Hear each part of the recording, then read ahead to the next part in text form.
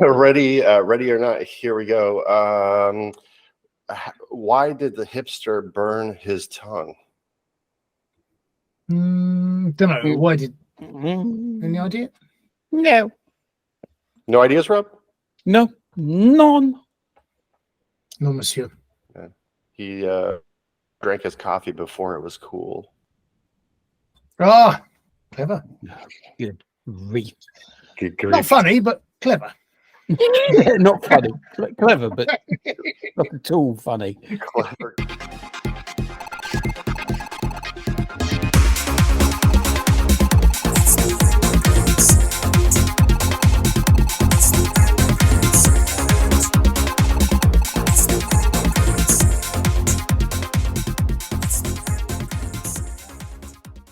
Welcome, everyone, to episode 48 of the Underground Sound. We are streaming live right now. I just kind of wanted to see what's going to happen with this. Obviously, we whenever we stream live before, we were plagued with audio issues. I'm assuming that the same thing's going to happen here. But if you'd like to stick around and just kind of like watch the banter, then do so. Let us know how we're doing. There's going to be a chat box there, I'm pretty sure. So if you tune in, then let us know what you think of what's going on here. So, like I mentioned, welcome to episode number... Did I say 38 before? I don't know. Possibly. It's 48, though, yes. It is episode 48, if I said 38 before. So episode 48 of the Underground Sound. And real quick shout out and special thank you to our show sponsor, the Lethargics, who are releasing a 2-song EP coming out on September 1st. It is called Impact, and right now we're just going to take a quick listen to a song by the Lethargics here, which is one of the songs on, obviously, the 2-song EP. It's called Meteorite. Let's check it out right now.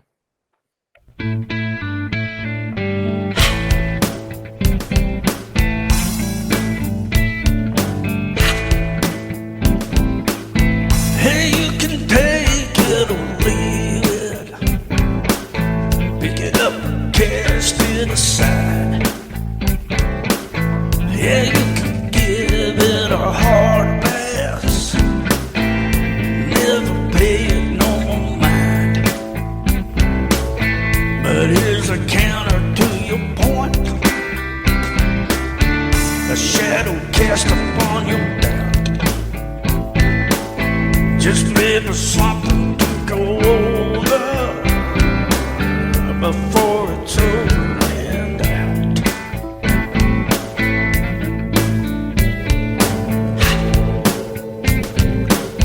Cause we both seen our share of long nights when the sun don't wanna rise.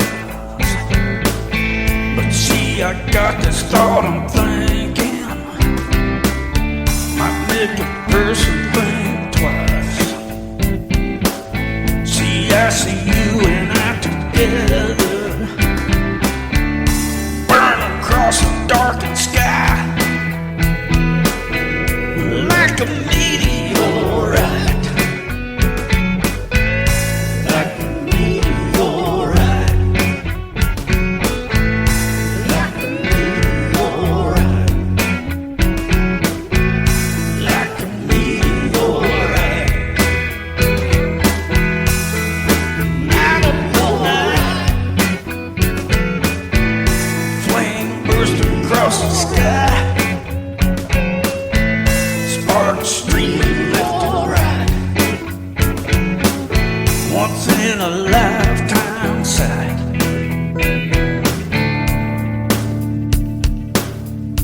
Like a meteorite.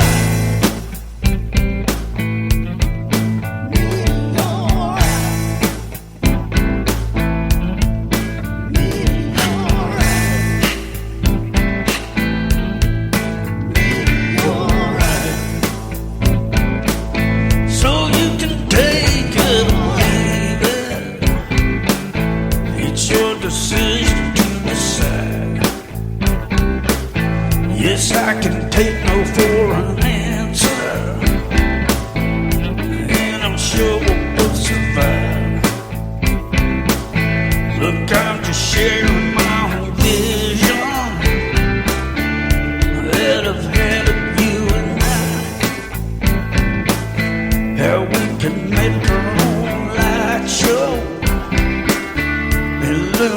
hit the night sky like a meteorite, like a meteorite, yeah, like a meteorite, like a meteorite, like a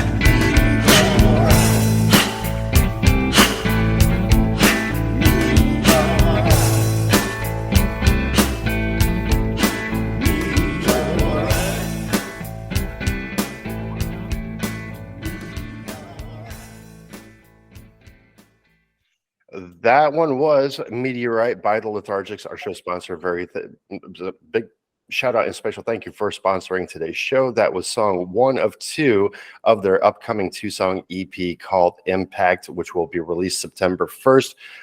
Gentlemen, whoever wants to take it first, let's go. Smart Monkey, what did you think of the song?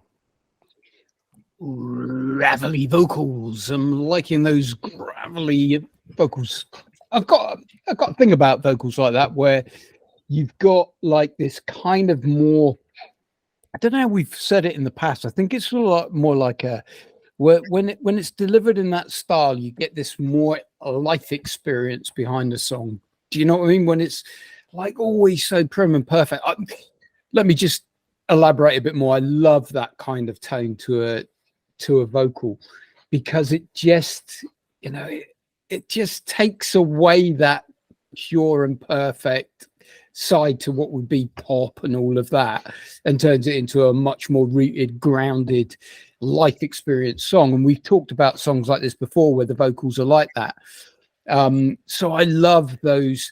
I want to say imperfections because they are to me an imperfection, but in its very nature, it just makes the track more perfect from that style. So yeah, it's got a great worldly lived in sort of feel to it, and yeah, popular track. And I can see that some of the other comments up there are echoing my thoughts really.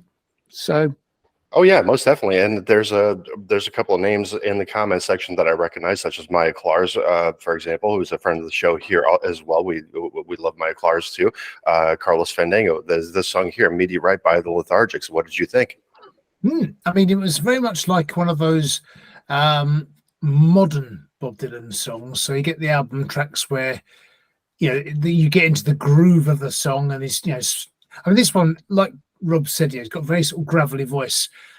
It was more the music I'm thinking, more of that sort of blues rock bar type of pseudo live track that you get with the Bob Dylan. Well, they're sort of recorded live, the Bob Dylan ones, and that kind of general vibe, I think it felt like it was aiming for. But I like that too, yeah, the sort of gravelly lived-in vocals. But he was enunciating well, very sort of spitting out the words kind of thing, you know, so attacking the vocals. But I like the fact that, you know, the Meteorite idea, because that's quite a contemporary, newsworthy idea with all the UFO sort of thing going on at the moment. I think Meteorite is quite a nice contemporary type of title and subject. So it's good. Like it. Yeah. Good groove. I like it a lot too. You know, all of us have been on slaps for quite a while, so I'm pretty sure that you've run into the Lethargics, you know, once or twice. So their earlier work, which I heard about probably about a year and a half ago, maybe even 2 years ago at this point, reminded me a lot of like Johnny Cash and Bob Dylan, right? It was a bit slower. One of the songs that I like that Daryl knows, Daryl is the front man here for the Lethargics. He knows he had a song called Hey, and I absolutely love Hey. And the second song that I do like the most also is I think it's called One Last Wish. I'm not sure if it's just called Wish or One Last Wish, whatever the case may be, but it's you know, with Daryl and the boys here, they're locking it down in Knoxville, Tennessee. I got to say that there's a lot of gritty emotion in these songs, much towards what we're talking about here. Johnny Cash, Bob Dylan, even maybe a little bit of Bruce Springsteen. I do think that the new stuff is a little bit more rock based. So it's kind of like the country rock kind of like aspect of this country music here. And I think that this song was absolutely fantastic. I think it's very nicely produced. And you know, you guys, you should be proud of yourselves right now. So once again, from Knoxville, Tennessee, holding it down with this country rock over here, we got Daryl Mendenhall and the boys known as the Lethargics. And we thank you for the show sponsorship. It does help us take this show a very, very long way. This is going to be one of a 2-song segment that's going to be up on the radio station as well. With that said, once again, thank you. We very much appreciate it, and we love the music. So I am DJ X-Tech. With me, as always, are 2 absolutely fantastic and handsome gentlemen known as, sorry, I didn't mean to laugh after I said that. Yeah, I'm trying to think of what the second one is. I mean, clearly it's me, but who's the second one? It's going to be Could be. Carlos Fandango and Smart Monkey together. We are putting the us back into music. So please do like, subscribe, and share, and we will find the music that you love to hear. Boop. And don't forget to. Oh, that's a lower C. Is it? Can you hear it, or is it being cancelled? No, not at all. It does look like that does look a very childish bell, to be honest. Well, I've got a set. Well, yeah, but the thing is, I wanted some bells for doing the Christmas album, and this is low C to high C, so a set of 8, and they're all color coded as well, so it doesn't look childlike, but it's got little letters written on them, C and D. Yeah, they do, don't they? So you got C8 and whichever way around it is, but yeah. So yeah, they're for me, all right. Basically. Christmas present, brother. Oh yeah, don't forget to click on the bell so you get all the notifications. No, I bought them myself. Don't forget to click on the bell so you get all the notifications on whenever Tom uploads new Underground Sound videos. And that means, of course, you'll discover brand new music from independent artists, and they're slogging their guts out, trying to get their music out there. We're trying to help them building this community. Become part of it. Like, subscribe, share the songs you like. Get the songs you like on the playlist. Add them to your playlist, and look at our back catalogue of shows. There's plenty of songs, and go for it. And by the way, I've just noticed the 3 people that are watching. Is that us? No, it's not us. And it's a few seconds behind. No, it must be us, mustn't it? Because there's 3 of us. There can't be 3 people watching. No, you've got it on? Well, I've got it on at the moment, but it's a few seconds behind. So whatever I do now, I don't know how long it takes, but it's going to lag, isn't it? So when I start, God, that's taking ages. Oh, no, it's going to start there. I'm doing it for ages. Okay. There's a lot of show to do, Carl. I've come off. Yeah, sorry, I've come off there. We won't break down into chat this week either. No. Yes, Promise. Oh. And Carl's taking over the show here, taking over all my lines. So you can find the links to the Lethargics and all the other independent musicians that we're going to be reviewing today in the video description below. And please do also visit usundergroundsound.com, which is our home website. Our radio station is up and running. We've got a few programs on there now. And if you've heard about that from the videos that we posted earlier, that were posted earlier today, I should say, then you know that the radio station is up and running, and hopefully you like what we got going on here, because it's all about promotion of this indie music. So once again, we're live streaming today, just to kind of do it. So if you're watching on YouTube right now and the audio sounds funny, don't worry about that, because there will be an actual. This is still a recorded show. This show will be up next Friday, recorded with the proper. And what are you guys doing with the proper audio? It's so hot in here. I've opened in the window, so I'm just trying to get some air in here. Okay. I'm just dancing the way Carl's dancing. That's fine. Moving on to our first song. What we got going on here is Kid Ty with a song called Colorado. Carlos Fandango, take it away. So Kid Ty is a solo artist from North Arlington, New Jersey in USA, and doesn't say who the influences include. I think it's 2 tracks uploaded so far. This is the second of the 2, and people have okay. So some of the comments says head bopping killer, so bit of that going on. A nice step groove. Production sounds really good. That's pretty dope, bro. This is catchy as. Love that melody. Keep it up, bro. And Shaggy 10. See if you think it's Shaggy 10. What does that even mean? I don't know. I have no idea. I have no idea what Shaggy. Shaggy 10. If anyone does know what Shaggy 10 means, then Oh, maybe it means 10 out of 10, but it's like a shaggy 10, whatever that means. Like a Yeah, sort of that helps. rough around the edges, but a 10. Thanks, Carl. That sorts it. Yeah. Well, that's the closest I can get to it. All right. So we go live, and all of a sudden everybody becomes like ultra talkative, right? Here we go. So if you know what a Shaggy 10 is, please do let us know down in the comments below here or next to the video here if they have the comment box going. They usually do. But for right now, Kid Ty with Colorado. Let's check it out. Tell me, why do you try so hard to fit in? I can take it, girl, and it will only take a minute. Pull the money and she looking good, swimming in it. No one's saying a word about the crimes I commit. Looking at your body, at your body, at your body now. I can get a shotty, get a shotty, get a shotty now. Whipping a Bugatti, a Bugatti, a Bugatti now. Or a Maserati, Maserati, Maserati now. I'll do it back to back to back. Ain't no one talk about my rags. I keep it real, another stack. Yeah, just like that. It's a bender and we're drunk and high like Colorado. It's a bender and we're going fast, full throttle. It's a bender, grab another glass and call a model. It's a bender, so you know we're gonna finish the bottle. It's a bender and we're drunk and high like Colorado. It's a bender and we're going fast, full throttle. It's a bender, grab another glass and call a model. It's a bender, so you know we're gonna finish the bottle. It's a bender and we're drunk and high like Colorado. It's a bender and we're going fast, full throttle. It's a bender, grab another glass and call a model. It's a bender, so you know we're gonna finish the bottle. Drop top, spin right, right, right round. I love when you go down, down. These chicks going crazy right now. I gotta get out of this town. Going to the after party, I might even bring a shorty. And I'm sorry, but not sorry for the problems I'll be starting. Yeah, for the problems I'll be starting. Why are you just saying nothing? Yeah, I really think you're bluffing. What's the season, is it cuffing? Talking to you when you're blushing. I'll do it back to back to back. Ain't no one talk about my rags. I keep it real, another stack. Yeah, just like that. It's a bender and we're drunk and high like Colorado. It's a bender and we're going fast, full throttle. It's a bender, grab another glass and call a model. It's a bender, so you know we're gonna finish the bottle. It's a bender and we're drunk and high like Colorado. It's a bender and we're going fast, full throttle. It's a bender, grab another glass and call a model.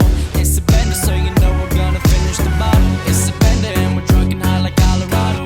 It's a bender and we're going fast, full throttle. It's a bender, grab another glass and call a model.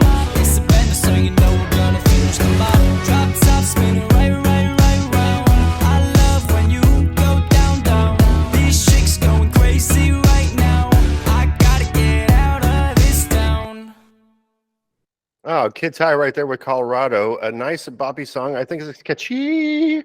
One of the favorites I have made, and I kind of agree. I think it's very catchy, especially as a show opener here. Carlos Fandango. Very good show opener, that one. It's bop, bop, boppy and pop, pop, poppy. Very contemporary. A young person's drinking party song. As the person said in the comments, catchy as Flip. And the ebb and flow, I would say, is a good 7.5 because it does sort of ebb and flow.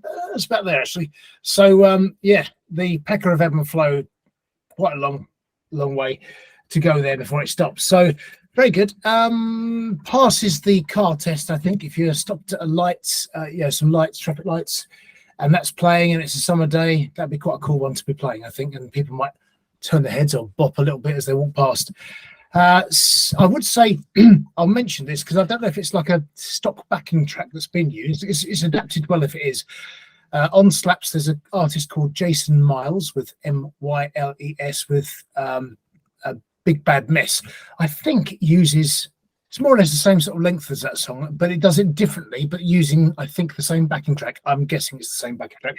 The guy doesn't look too dissimilar, though, so I don't know if it's like linked in some way, but it's two separate songs using the same track, I think, but it's worth checking out anyway.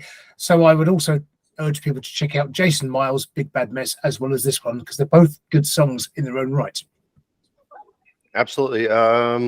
So it did sound a little similar. I don't know. I'll have to go and listen to Jake Smiles again after I listen to this one. But want to send a shout out here to Maya Klars, who's joined us on the live feed here, and she says that the audio is actually coming off fantastic. So yeah, so that's a bit of a change for us. So maybe we're going to start doing this as a regular thing. Obviously, we're going to be doing it on the radio station. So, Mr. Monkey, what did you think? I just want to break into song now because we're live and the sound's awesome.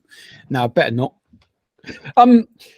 Yeah, okay. So I don't know about Jason Miles and what we just compared it to. So I am sometimes like a little bit like, well, if someone's going to remix something, then we got to be a little bit careful about, the credit that we give, because the production quality on this is really good, and it's got a really good pumpy bass.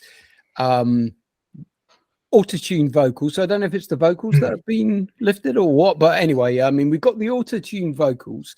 But what I like about now, I've got an issue with certain auto-tune tracks where the vocals are just so generic in their auto-tuneness, and the rest of the track has almost been thrown away, and you just have this very boring, monotonous auto-tuned lyrics over the top. But this doesn't happen like that. This is someone who's used those auto-tuned vocals as an instrument. I like it when they do that, and I think that where it works is that the rest of the track is strong enough to validate these auto-tuned vocals. So it comes together as a very solid pop track, for want of a better word.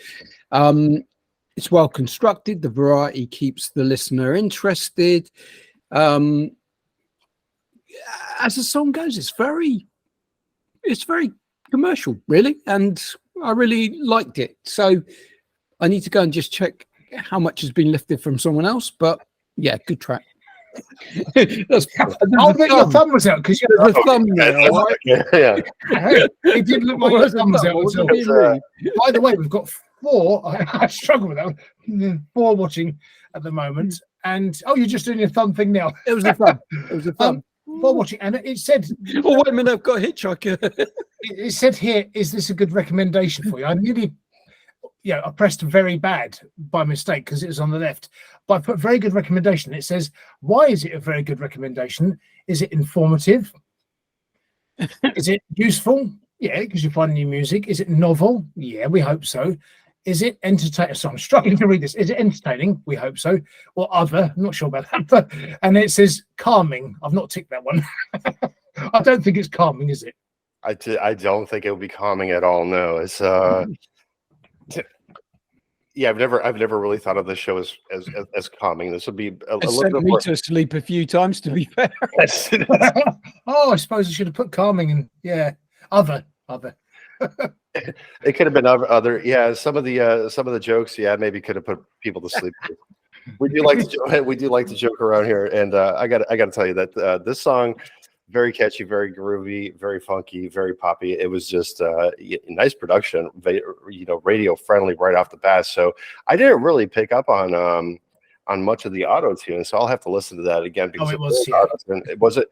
Yeah, but I got to think since it wasn't very noticeable, it was probably used more of an instrument than as an actual kind of like, let's say, vocal cleanser, right? So I got to say that really well done over there, and yeah, I liked it all around. This is so far plus mark for my top 3. But once again, it's the first song that we've heard, and we have many tracks to go. So moving on to track number 2. I don't even know what the hell you guys are doing right now. So see, this is the thing. When I'm talking, you don't get to see what the other guys are doing because the thing automatically fades in between everybody here. So I'm telling you, once again, with the camera right over here, I've been saying it for a very, very long time that I need an extra camera to record the screen, and then we'll have the full show going there. So track number 2, we have Joe Lantorno with Mother, Carlos Fandango. What's going on? Right, so let's tell you about Joe Iantorno. So he's from Rende CS in Italia. Should we look it up? I'll look it up in due course. This is obviously a region, and I should know this, but it's a singer, musician, producer, long musical experience with the various collaborations. Influences include Cat Stevens, David Bowie, Red Hot Chili Peppers, Neil Young, Paul Simon, Bob Dylan, and Van Morrison. Oh, and Paolo Nutini as well. This particular song, and he's uploaded a few so far, but this one's called Mother. I do believe this will be a nice track to relate to people. This is our usual slot, the second track in after the roistering beginning to the show. We normally have a nice calm, it is calming, damn, a nice calm sort of ballad. And people have said, loving this. Model Citizen A says, beautiful. Buck Norris says, strong thing, whatever that symbol means. I think it means strong strength.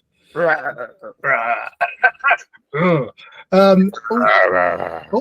music reminds me of Cat Stevens, and you've got a great voice.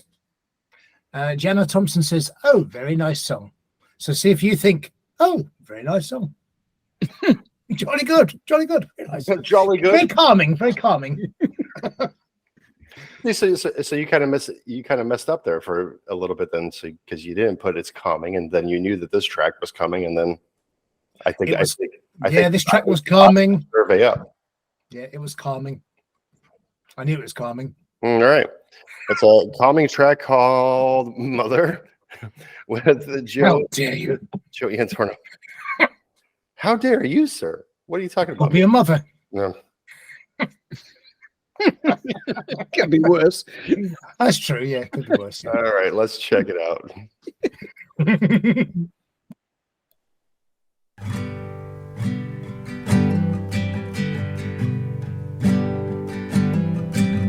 Mother, you used to pray for me. Mother, what you wished me to be. Mother, you fixed my issues, I see. Mother, you took my pain to set me free. No one knows the way you hide. Oh, no one knows how hard you try. Mother always said, run, child, to never be reached by the flowing of the tide. Mother always said, be kind to your enemies, give them that they see.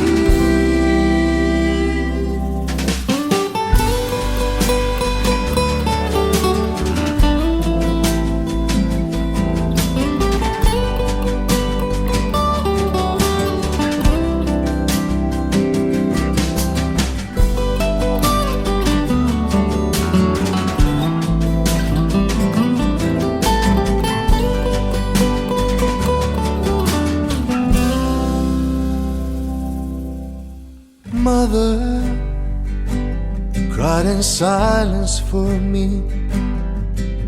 Mother, what you advised me to be. Mother, show me the road that I see. Mother, you paid all my debts for free. Now can you feel my heart?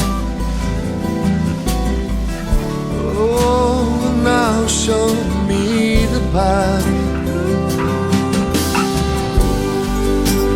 Mother always said, run, child, to never be reached by the flowing of the tide.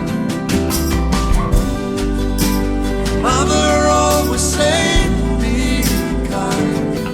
enemies, give them that they see. Mother, no regrets can take it all. Mother, no remorse will harm your soul.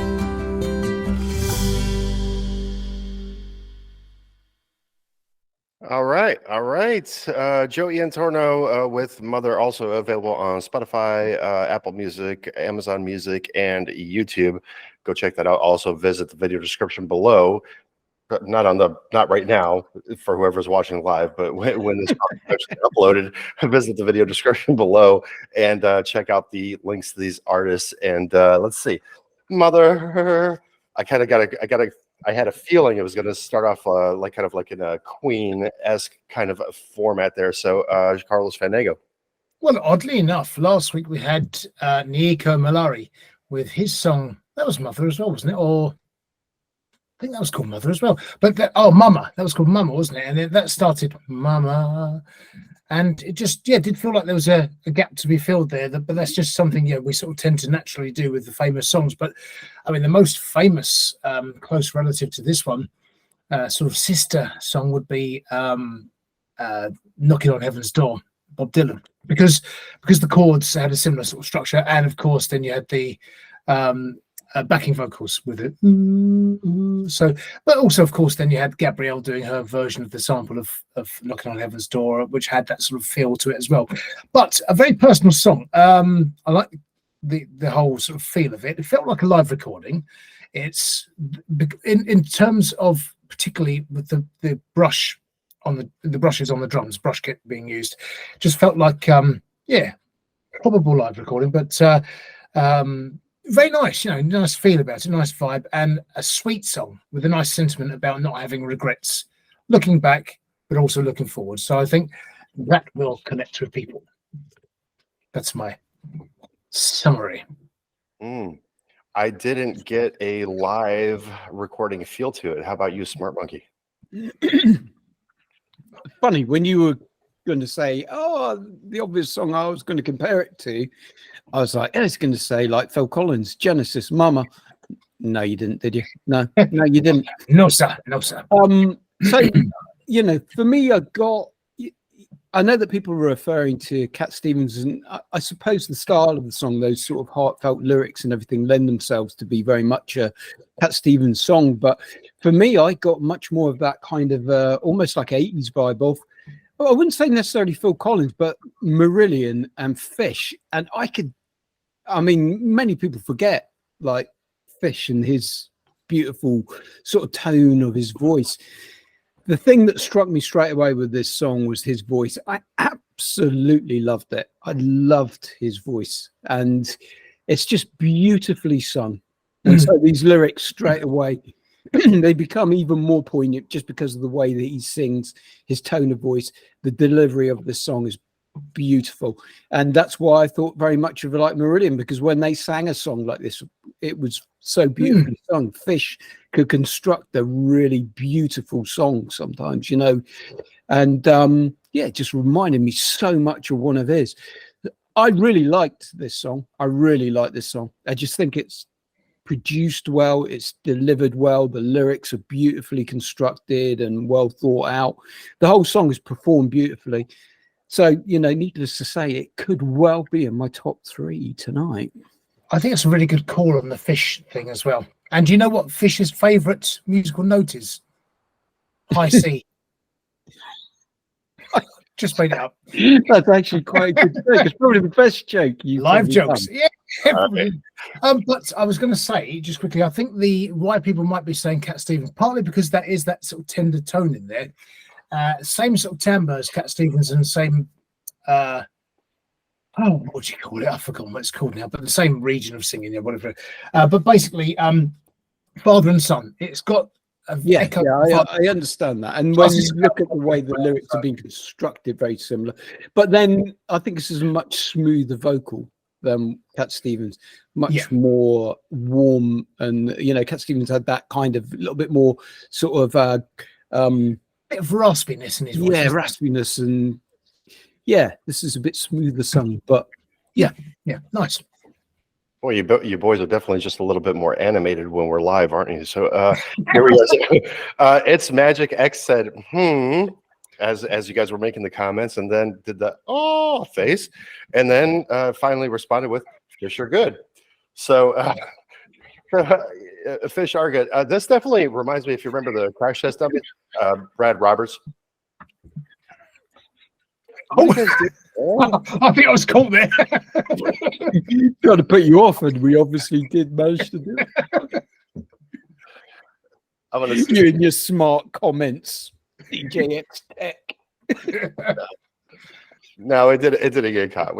There's about like a 4 or 5 second delay here, so you didn't get caught, Carlos. So, but I gotta say, definitely sounds a bit like Brad Roberts, and also I mean, really good song here. So we did have Mama. That was the other one. Mama was a good one. But I gotta say, I'm not picking up really on the Cat Stevens thing here. I don't know who left. You listen to Father and Son, it's got that vibe. It has got that vibe. It's definitely got something about it. There is something in his voice, but a little Cat Stevens in it. Yeah, I'm just not picking up on Cat Stevens, and I'm not picking up on the live vibe on this thing either. Maybe, but I mean, it's kind of like if it is a live track, then I mean, more power to it, because it does sound like an album version. So I mean, the production quality has to be really good on that. Definitely had to kind of like a pro sound producer on it. So I got to say, overall, very enjoyable track, very nice track, and so. It might be just the way it came through in the cans, that's all. Because it comes through quite punchy on the high end. So it might be that the brushes were just coming through a bit, which made it sound more live to me in there. Very well could be. Very well could be. Again, I had mentioned the audio issues before, to which Maya had told us that there are no audio issues, that the audio sounds great. The songs sound like if they're being played off of speakers. So good. The only audio issues are when we speak. Yeah, I guess so. It's when one person speaks. Oh, sorry. Get on with the show, right? So that'll bring us to our first installment of the Purple Bowl of Destiny, and well, people have been dropping out here, so Not bad. Well, how many? we're down to 1, which is me probably. So we had 3. We're down to 1. Yeah, because I'm trying to pay attention to the comments here, but hey, it's 4:20 in the afternoon here on the eastern seaboard in the United States. So what happens when the screen was shared, though? Does it just share the screen or the whole thing? No. Whoever made the last noise, it shows their box along with the screen. Oh, really? Because no, there was nothing with a circle around it, a square, a blue thing around it. Well, it might have been me then, because I did do a tasteless joke. So the last one was Rob. Okay, thank goodness for that. What did I say? Did I say something wrong? No, I did a tasteless No, joke. you didn't say something wrong. For crying out loud! Again, This brings us to our first installment of the Purple Bowl of Destiny. Yeah, right. And Al, you're going to join us. Familiar with what the Purple Bowl of Destiny is, folks? Here's how it goes before we get into a long, drawn-out discussion about it. Carl has a purple bowl. We call it the Purple Bowl of Destiny. It has all the categories on slaps.com in it, and Carl will shuffle them around, and probably he'll be joined by an owl, Saki, or Reggie, one of 3 different characters. Might even be 3, maybe. It's exactly. Yeah. No, the banana may make it come back too. It's just Carl has tons of props, but what Carl's going to do is he's going to shuffle around these categories somehow. One item or another or person is just going to yell stop. One category will be picked out. I will then look for the newest song in that category, and the gentleman here will tell a couple of jokes. Okay, and jokes. Quote unquote jokes. Okay. I'm shuffling now. Oh, the purple bowl looks like bees, and basically with this bowl, out of this happens magic, like owl appearing out of nowhere. Wow. So still got the hair. I did say might keep the hair for a little while because it did like the hair, Owl. Does Owl have a button today? This was the button I was wearing last week. And what does the button say? I did forget to ask about that. Yeah, so Al was mighty aggrieved about that. So show him, Al. Show him. It is. As it's summertime. Yes, the little bouncy things. What you call Space hoppers, yeah. Space hopper. And because of the UFO thing and summertime, although it's not much of a summer out here, we thought we'd do the space hopper thing, didn't we? Yeah. And Al likes the idea of that. That's good. Okay. You sit down for a minute, Al. I'll go on. Off you go. Perch yourself down somewhere. Perch Go over there. yourself down somewhere. That's brilliant. Not me doing it, of course. And here we go. So you say when. I'll just stay out of the way. Yeah, just get on. When it's 2 have come out. Okay. The bottom one. Which hand? Left. My left. Yes. Oh, okay. We haven't had this one for a while. Perhaps ever, but I think we've had it once No, before. I tell you? I told you to tear that one up last week. Oh, I thought I did. Maybe there were 2 of them. Was it? Go on, go and have a look it up. Go on, Yes. look it up. Yes. Go on, look it up. Yeah, What absolutely. Get What was the other one, though? Get the other one. Get the other one then. I don't know what the other one was. Okay, let's try again. Say when. When? I hope it's world music. I haven't seen that one for ages. Oh, so it is. Oh, God. Okay. Oh, good. Good grief. Good golly. Wonderful. Hip All hop right. and rap. Same as world music. Yeah, shall I rip it up? It is the same as world music, isn't it? Yeah. So you want me to rip up world music because there's not many. Because people feels use that wrong. category No, and 'cause- slaps wrongly, don't Yeah. they? They do. They use it very incorrectly, wrongly, as Rob would say. So Wrongly, is that I word? listen, yeah, I You say listened. I listened to like the first 5 or 6 songs, and they were all hip hop. Rob, you said incorrectly, wrongly. Wrongly, yeah, I meant to say Wrong. correctly. Yeah. So eventually, I had to hop onto classical because that's where we're at with that. So Okay, so we have some of Tom O'Connor's world's worst jokes, and they are the world's worst jokes. I think we had this one before, that one. I'm sure we've had some of these before, but anyway, let's give it a go. Well, that's terrible. Sorry, these are the world's worst jokes. I don't think I'll even. Oh no, we had that one. Oh, that's not good. Here. Time out real quick, because I think we've had better luck with UK hip hop. So, do you actually have a UK hip hop genre in the bowl? Well, Can't possibly. you just say hip hop is UK hip hop then? Can't you just do that? No, because there's a different group for UK hip hop than hip hop. Yeah. Shall I just write UK hip hop on the tag? Well, no, I'm just asking. Would you gentlemen prefer Yeah, hip hop go for it. or the UK hip hop? No, UK. We haven't had UK hip hop much. Okay. Why did the man cross the road 100 times? Don't know. Because his braces were caught on the lamppost. That is terrible. That it really is one of the world's. I mean, these are the world's worst jokes. So Yeah. that qualifies.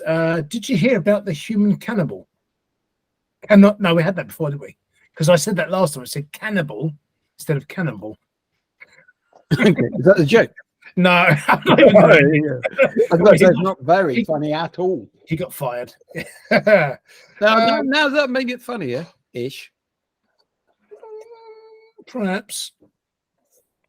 I got a new job at the guillotine factory. I'll be heading there later. Excellent. That's all right. I like that. The artist kissed his model tenderly. Do you know, he said, you're the first model I've ever kissed. I don't believe you, she replied. How many models have you had? Let's see, said the artist. A bowl of fruit, a basket of dried flowers, and a puppy. That's not really bad. How he ever made it as a comedian, I don't. By not telling these jokes, I suppose. Jokes to avoid. How about that? A little boy got a package from his great aunt Gladys. It read, Dear Johnny, I am sending you another Wellington as I've heard you've grown another foot. There's no way that's from Aunt Gladys. No, surely not. You don't have an Aunt Gladys, do you? 2 fellas walking past a cemetery, and there was a stone on which it said, Here lies a solicitor and an honest man. One said to the other, Look, they put 2 people in the same grave. Yeah, definitely. Oh, there we are. This is the joke I was looking for. Remember I said about Alaska? And we were saying, somebody who came from Alaska, I said, there's a joke there. The joke isn't there. My wife is going on holiday soon. Really? Where's she going? Alaska. Oh, that's okay. I'll ask her myself. It's not great, but I don't think that's the best wording of that joke. My wife's going on holiday. Where she get? Oh no, no, doesn't matter. I'll just stop right there. Is she flying? No, Yeah, is that it was going to be Carter or the Jamaica one? Jamaica. Jamaica. No, she went of her own accord. How do witches on broomsticks drink their tea? I've just gone and thrown Bombay mix all over. Actually, don't even end that one. That's awful. Oh, I can't read any more of those. They're terrible. They really are bad. Yeah, come on, Tom. Put some music on quick. Put some music on quick. This Tom. Yeah, no, I'm just. Oh, I don't know.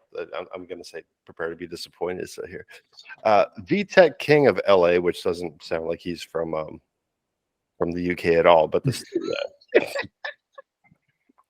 We do well on it. Hip hop. This is from the little sample that I heard. It's way overproduced. It's way loud. It'll probably clip. So if you're watching this, just tone down your speakers or headphones just a little bit. And V-TEC King of LA posted 18 days ago. But here's the funny thing. 8,704 plays. What? Yeah. 9 saves with 332 fires, which makes me think that this, I don't know where the 8,004 plays came from, but the annotation says here, must share and put fire. This track is a banger, clever wordplay. Chris Brown needs to hear it, LOL. So should you. Beat hitting hard is where we're at. All in capital letters, no punctuation whatsoever. So presenting screen now.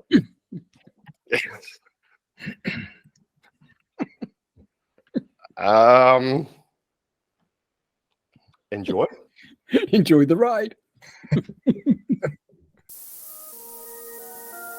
I put that on Miles. Nah, nigga, that's on me. Nigga, that's on me.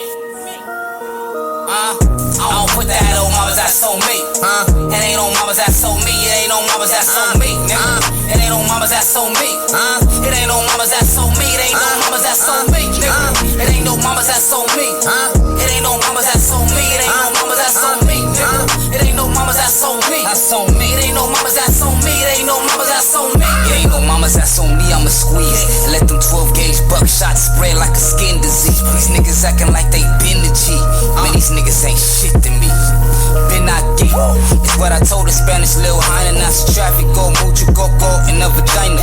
This is light work, I'm kicking back, no recliner. No prime definition of a motherfucking grinder. I'm thinking money, you niggas be thinking minor. Fucking with my money, then them people gon' find ya. These hoes do what I say, no Simon. I pull up in that old school thumping Frankie Lyman. Lot of these rap niggas, nobody gon' sign them. My flow fucking up niggas deals, no baller blocking. I'ma pull you niggas rebound rappers, no Dennis Rodman. No shit Sherlock, I'm the best and shit shocking. He's about to get loose, somebody stop him. You ain't from the hood, you soft as medicated cotton. Come through, nigga, shoot the Glock until you rot. It's like a pigeon with the runs, all this shit I be dropping. I put that on mamas, yeah. Put that on, nigga, that's so me.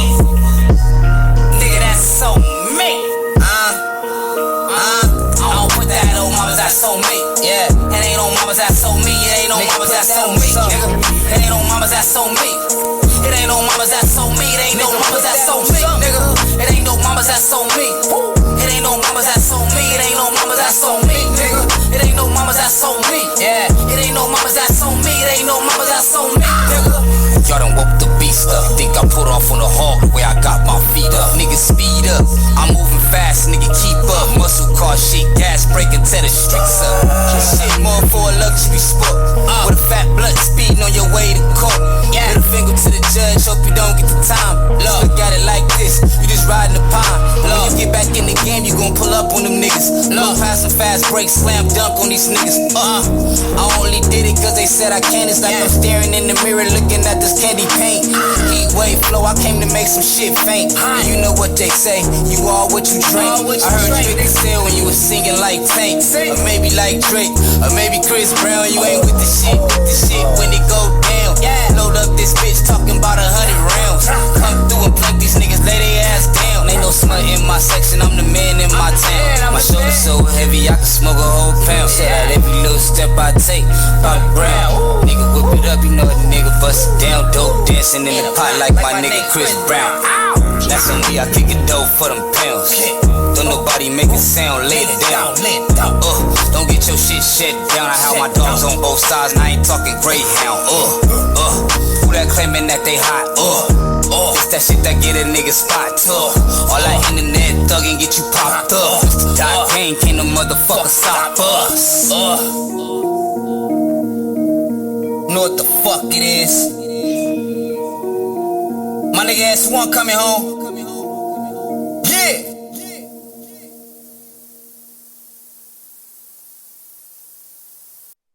So we have the owl of Down, down, down.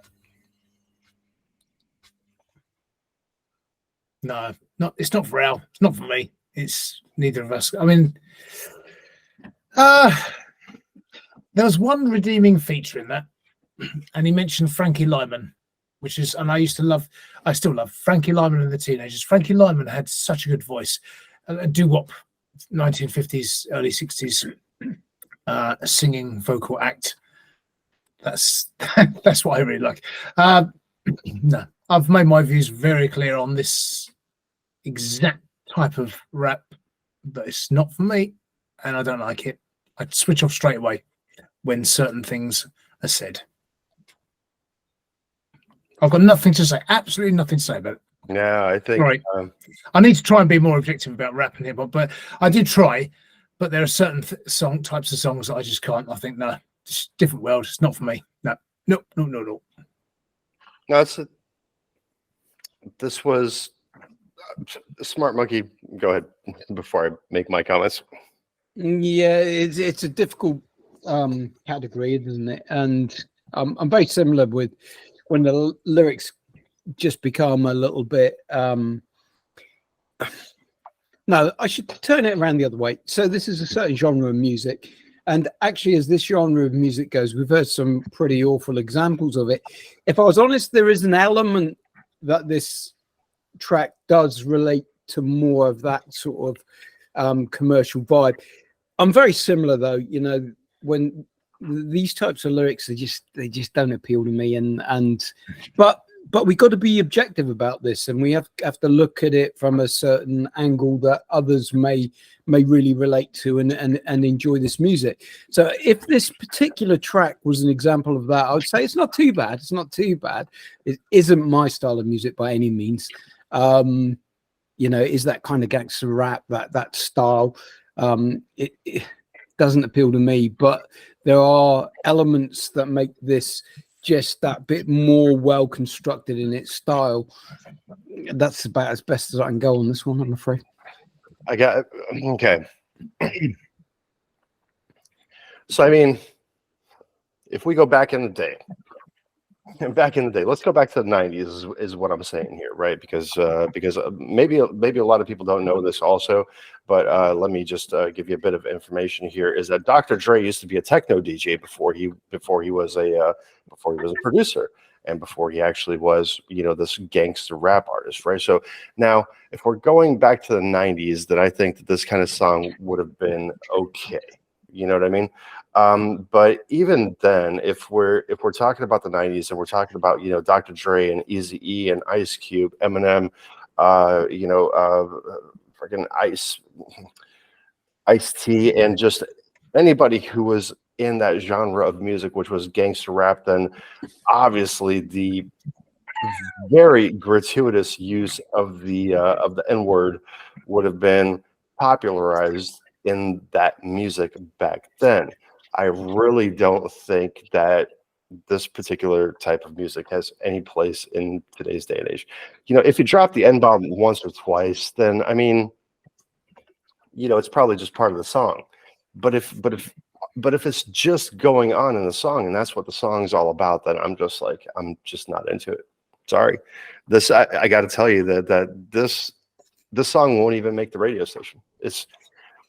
there's production issues galore. So, as I was mentioning before the song even played, is that it's just way overproduced because the I don't think that there was any mastering done to this. It was just like, let's make this sound as loud as possible, and maybe this will work for a street party or somebody that's like really trying to kind of like flaunt his stuff, like I'm a rapper and whatever the case may be, right? But as far as any kind of viability goes here, whether commercial or production or radio, there's no viability to this song. And I was really surprised at that statistic with over 8,700 plays. But I gotta say that there had to have been some tweaking there. There had to have been. So does the owl still want to say something? Do you want to say anything else? Anything to say?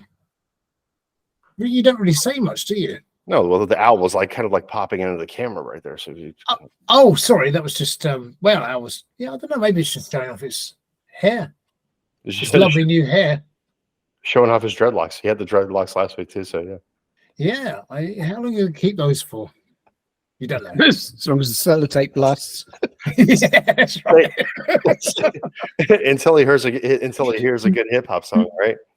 Yeah. Jakub. Listen, I think, Al, maybe it's time to. Ouch. Yeah, that wasn't so good. I will tell you what, have it back. There you go. It's okay. It's got hair. I don't know how long we'll have this, but until the next gimmick comes along, next fad. All right. Can you just stick it on your head? God, take it off the owl, put it on your head. All right then. Hold on. Would you?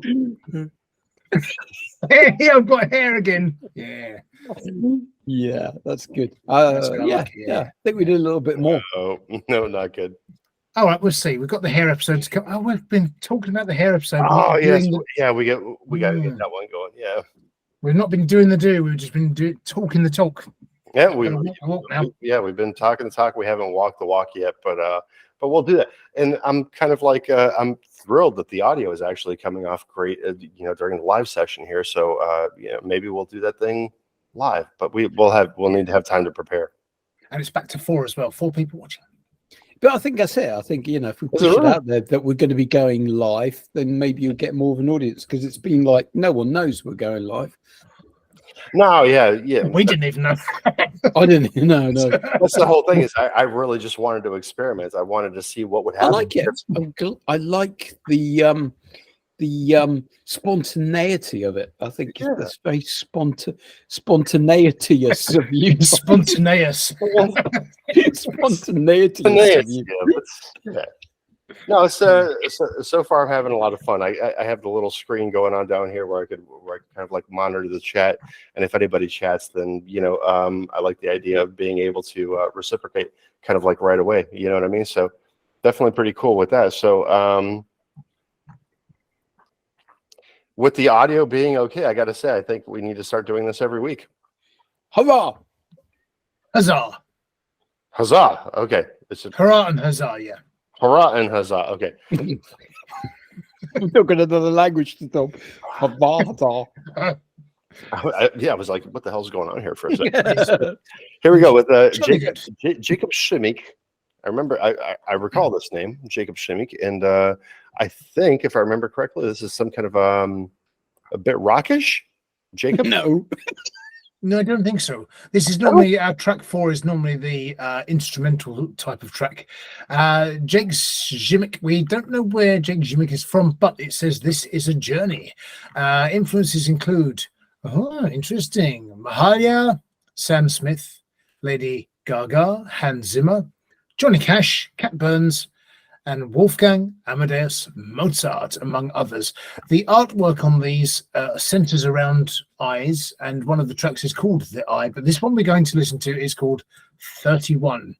What have people said about it? Well, it's not drawn lots of saves and fire. It's just myself who saved it by the looks of it, but I thought it was good enough to save. One person said, well done, really enjoyed it. And another one said, well done, Jacob. Or Jacob. What a great song. And I said, good composition with a nicely unresolved ending. So, well, see what you think. I mean, it doesn't sound like it's really taken people. and taken slaps by storm. But I think it's a good track. Well, there's not many tracks that actually take slaps by storm. Well, that last one did. Yeah, that was a stonker.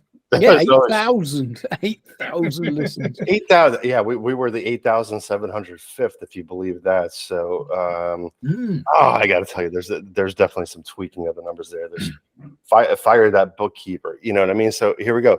31 by Jacob Szymik, also available on Spotify, Apple Music, YouTube, and Amazon Music as well.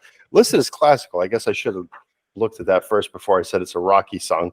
But if you folks are unfamiliar with this, Smart Monkey and Carlos Fandango have already listened to these songs.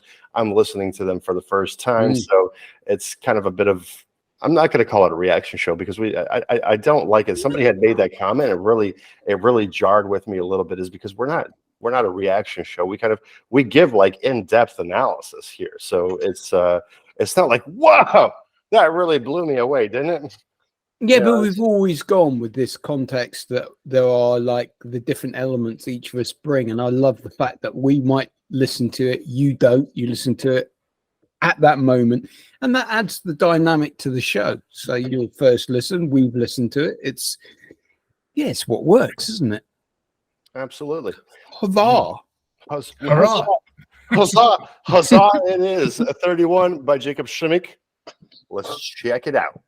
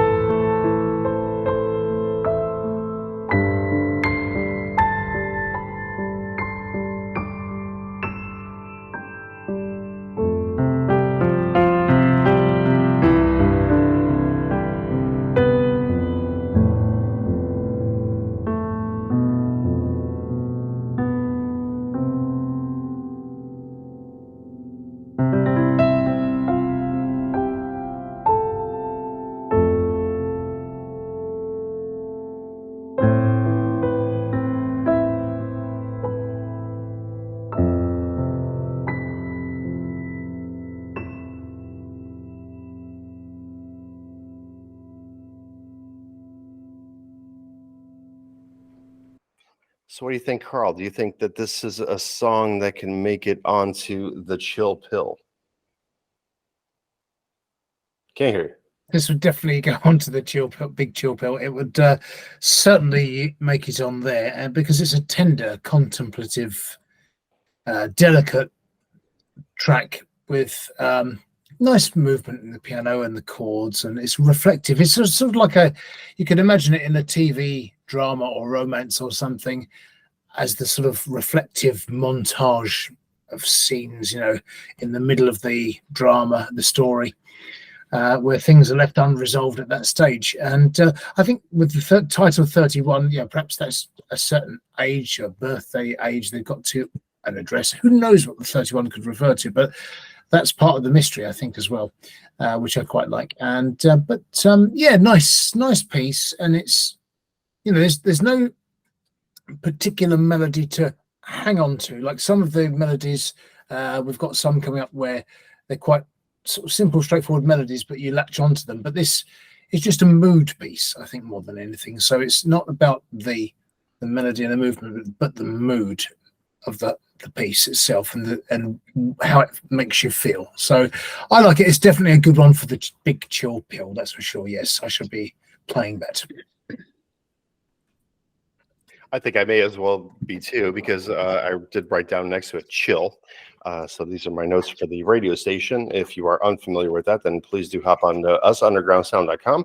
We do have our radio broadcaster going on the homepage and on the radio page for that matter too. Oh my God, I was about to call you Robert Miles. Smart monkey. Yeah, I mean, this would definitely make one of my playlists for sure. This is beautiful. This is beautiful. This is what that kind of more classical element of music is all about.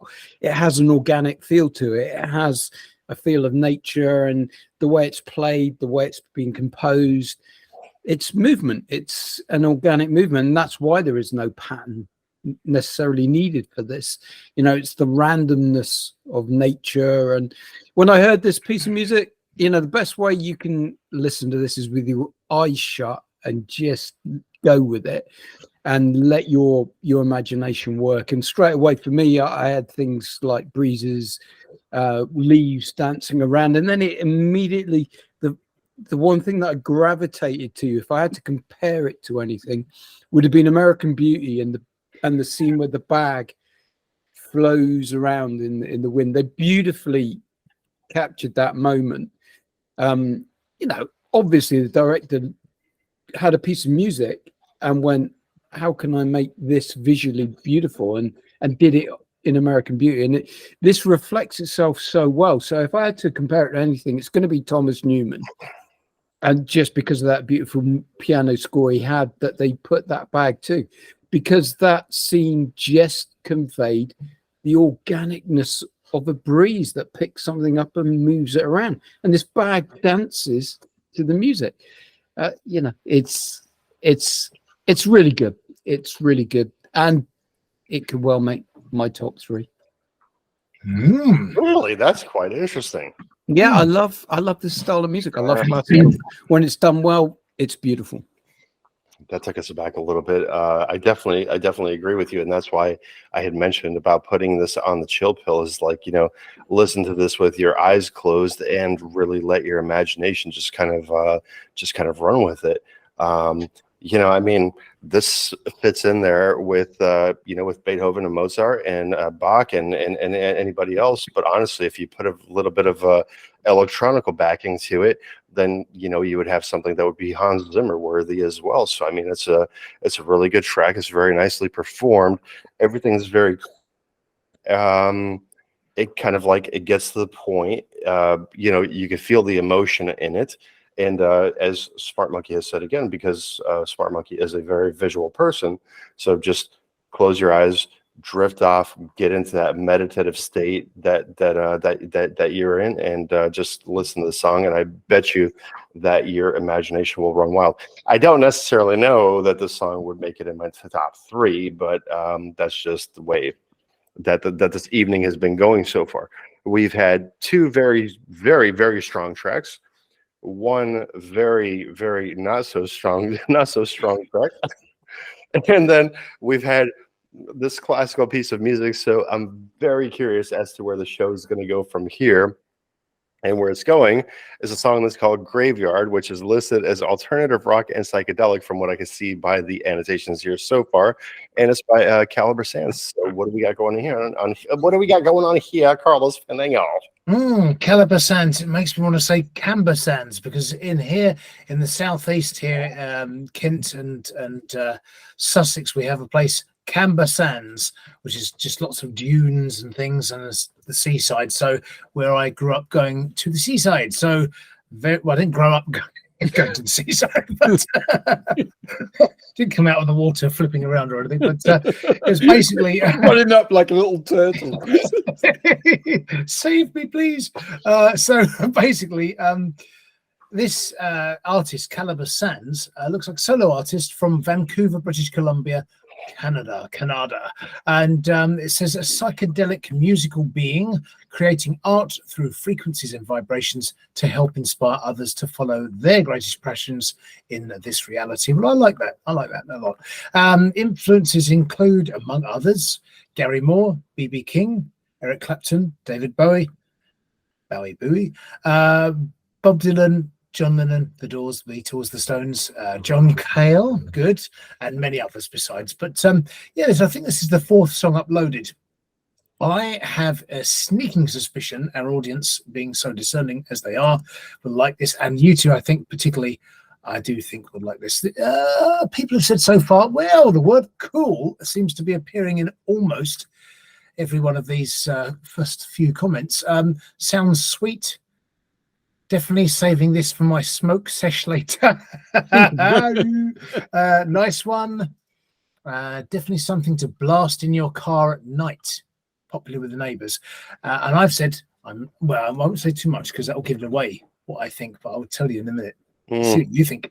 Yeah, let's not get into what you think, because your comment is usually very drawn out and it's about a paragraph usually. So let's get on with this one here.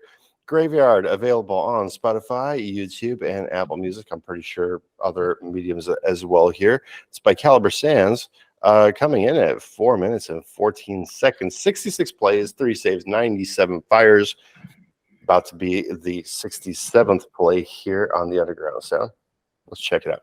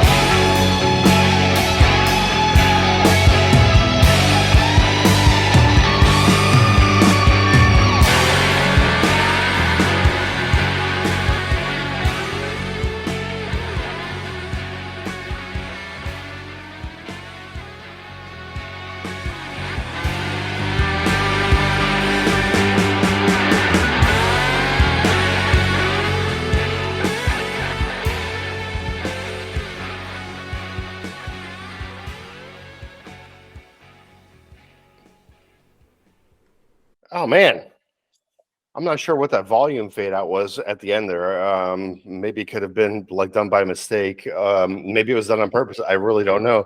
Carlos Fandango is just like, he's like headbanging over there and everything like that. So I just want to, obviously, we're just going to go to Carlos Fandango first because he's so excited about this one. Yeah, very much so. Okay, the fade out. Let's address the fade out first because that's a nice little feature. That is actually alluding to some songs of that era. Now, the Beatles started this particularly as they started so many. Yeah, they were the first to do so many things. When people dismiss the Beatles as not being as important as they actually are, or they say they're overrated, all this kind of thing. No, they actually set the trends in so much of modern pop music. One of them was fade outs and fade back in again. So that was pretty much first done really commercially on Strawberry Fields Forever. Elvis did it on Suspicious Minds. That was done then, and there are other tracks as well that sort of fade out and fade back in again and then out. So it was trending at the time. So that's alluding to that late 60s and early 70s era where people did that sort of thing and experimented with things like fade outs. I mean, you listen to that, you're right into the groove, you don't want it to end, and it suddenly comes back. You're back in it again for a short while. It's just a little tease at the end, really. But yeah, I mean, for me, that was, I think, the opening 50 seconds or so belies the coolness that is about to unfold in this song, because I think the opening is a bit, you think, okay, where's this going to go? Not sure. Then suddenly it opens up. It becomes a kind of Pink Floyd number from the Metal era, very much, particularly with the solo at the end, the sound of the guitar. You've got that kind of echoes sort of sound. So the track echoes, it's really got that groove going on there. The drums, the bass, the keyboards, the guitar, the tone, everything, the tom fills. It's a bit heavier drumming than the Nick Mason because it's got very light touch, very soft touch, but it's got that Pink Floyd feel about it. So the guitar notes, the ascending notes linking the chords and descending notes gives it an air of drama. The ebb and flow is off the scale on this one. Yeah, it's right up there, probably about 9, I would say, ebb and flow on that one, because it really, you can see it on the waveform. It just goes up and down, stops, starts, brilliant. And the guitar tone, I mean, he's really got that kind of Pink Floyd, sort of guitar tone going on there. I really like this one. The more I hear it, the more I like it. So this is a definite contender for the top 3, if not the top 1. I'm agreeing with you there. Is at this point, I'm thinking that there's going to really have to be something that's going to change my mind, short of a miracle, for this song not to make my number 1 spot. Mr. Smart Monkey. Yeah, it's interesting. It's even more interesting in that we had this very psychedelic track with these kind of almost like psychedelic visuals, and in the top corner, as you asked Carl what his opinion was, for some reason it really slowed down on mine, and so Carl just went through time and went really, really fast, even though his vocals were it does that every now and then. Yeah, he was talking at a certain speed. I said like Ben Shapiro or something. It was beautiful to watch. I don't know if it actually comes out on the live, but it was beautiful. Anyway, my take on this. Now, this was a really difficult one for me to pin down. Definitely psychedelic vibes coming through this track, but there was something much more deeper than that going on. I was like, can I pin it down to your typical psychedelic tracks of like the 60s and 70s? And I couldn't understand why. And then there was an element of me that thought, well, maybe there's almost like this grunge element to it. Now, grunge, I loved grunge when it came out, because it almost took genres of music, muddled with them, messed about with them, and presented its own track. And of course, things like Foo Fighters took the more rocky side of it, because obviously, Grohl came from the Nirvana.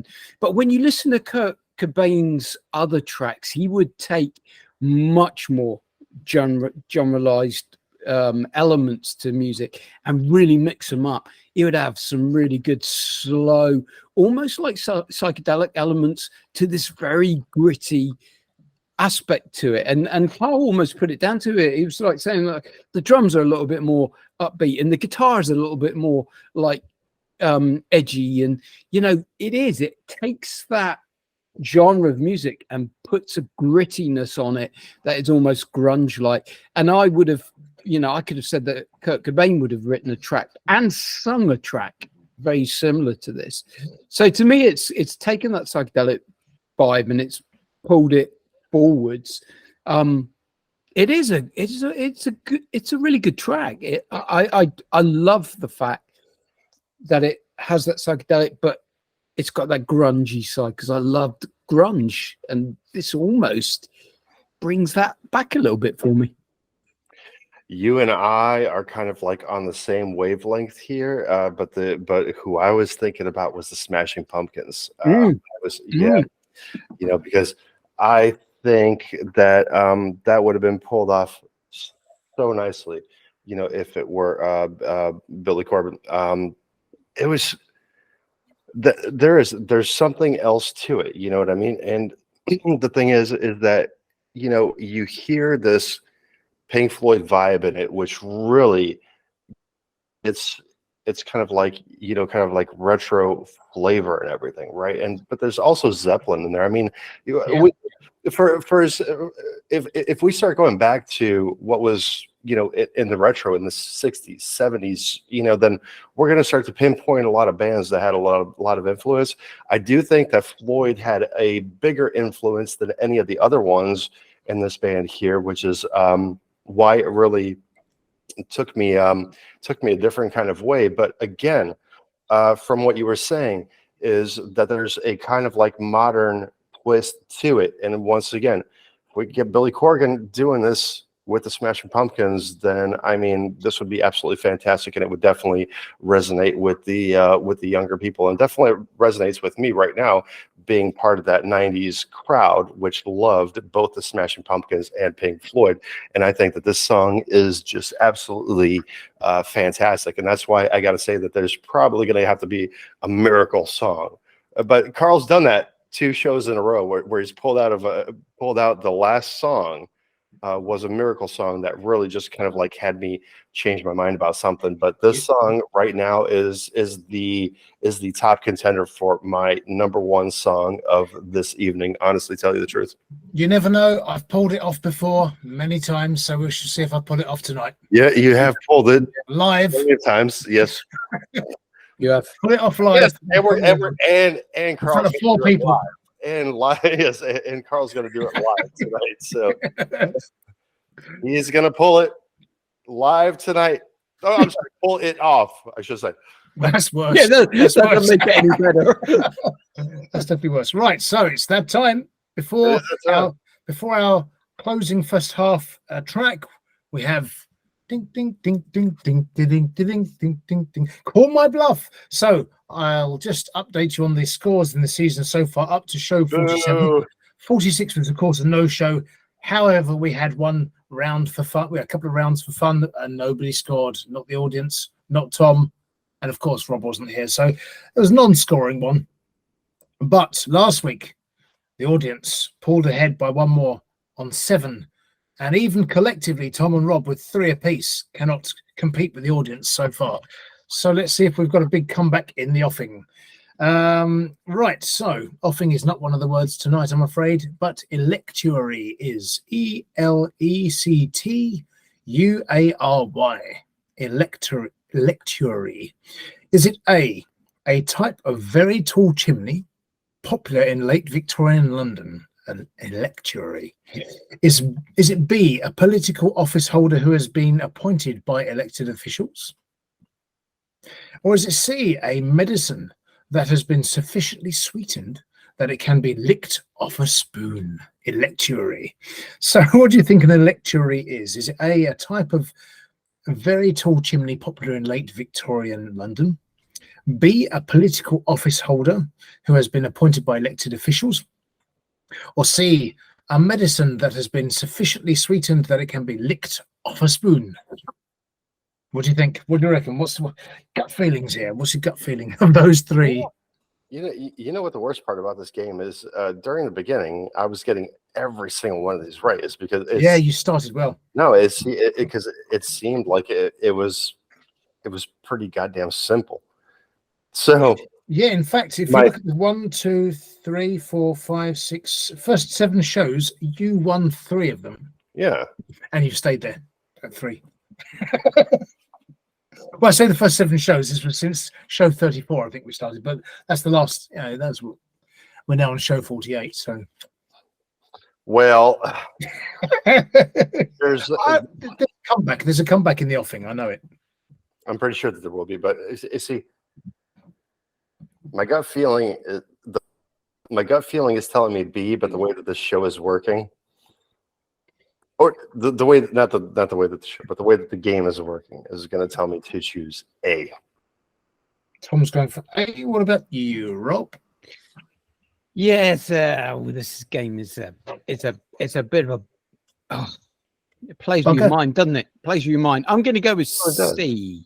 You're going. I mean, B sounds too obvious. B sounds. See, is it electoral? I mean, it just sounds way too obvious for this game. Yeah, and but to keep the game interesting, I'm going with C because it's not the same as A. I can't even remember what A was, apart from the first letter. That was a type of very tall chimney. Yeah. Oh, very tall chimney.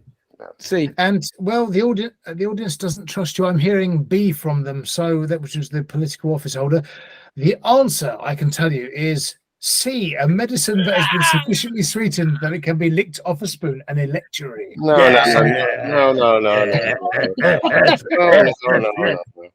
This idiot cannot be getting everything right every single time. It has been lately. Right, the second word of tonight of the 3 is DAS. So D or DAS, you could call it DAS. I think it's a DAS. So, is it A, an old name for the badger? B, the aura of divine charisma that surrounds the body of saints?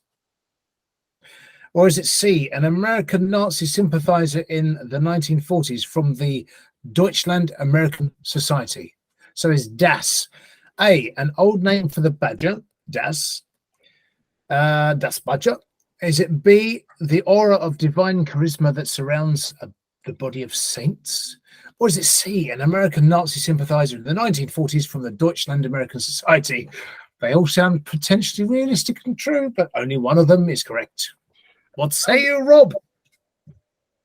Okay, this one's really irritating because it has that very German undertone and it makes you want to go with that. And it sounds like the obvious answer. And yeah, I want to go with it. So I want to go with C. I don't know why, but I'm going with C. Okay. C again. You're lucky C, okay? Because you did get C that time. You won 3 in a row. I think you got C at all times, didn't you? Went for C. What about you, Tom? Can't go wrong with C. When they talk Das Boot, yes, I'm going to go with C as well. Sounds a great film too. Das Boot. But this one feels to me like it needs to be obvious. But the definition of it, right, is just isn't it? Or the boat, yeah. Yeah, it brings everything. It brings everything into play. So I gotta go with monkey here, and I gotta say C. You're going with C as well. Audience, what are you going to go for? Are you going to go with them, or are you going to go for something different? You're torn between A, B, and C. Well, okay, obviously. A. It's like the voices really are in your head, aren't they? There's really an audience talking to you. Oh, I can't. Go with Tom. Okay, I'm going to say they're going middle for diddle B. Well, actually, I can tell you it was A, an old name for the badger. Das. I know it doesn't sound real, but it is. It is, I'm afraid. Okay, so at the moment, well, that's bullshit. That's true. Is it Das Badger? Das Badger, as in does. The third word. Now, this is a chance for Tom to draw a level with Rob potentially and get a tiebreaker, or the audience to do likewise. This is yellock. Yellow. So YELLOCH. Yellock. So is it A, another word for yell, i.e. a loud cry, a yellock, yellock. Is it B, a color that blends yellow and ochre, named by J.M.W. Turner, the painter? Or C, an Arab bandit? So is a yellock another word for yell, i.e. a loud cry? Yellock. Is it B, a color that blends yellow and ochre, named by J.M.W. Turner? Or C, an Arab bandit, a yellock?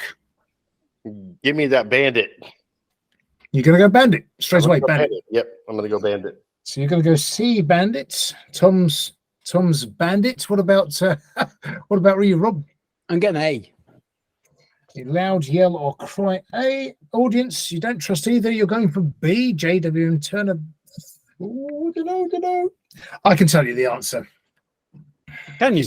It's not going to go to a tiebreaker. It's A. Rob's got it. It's another word for yell or a loud cry. Rob, Yes.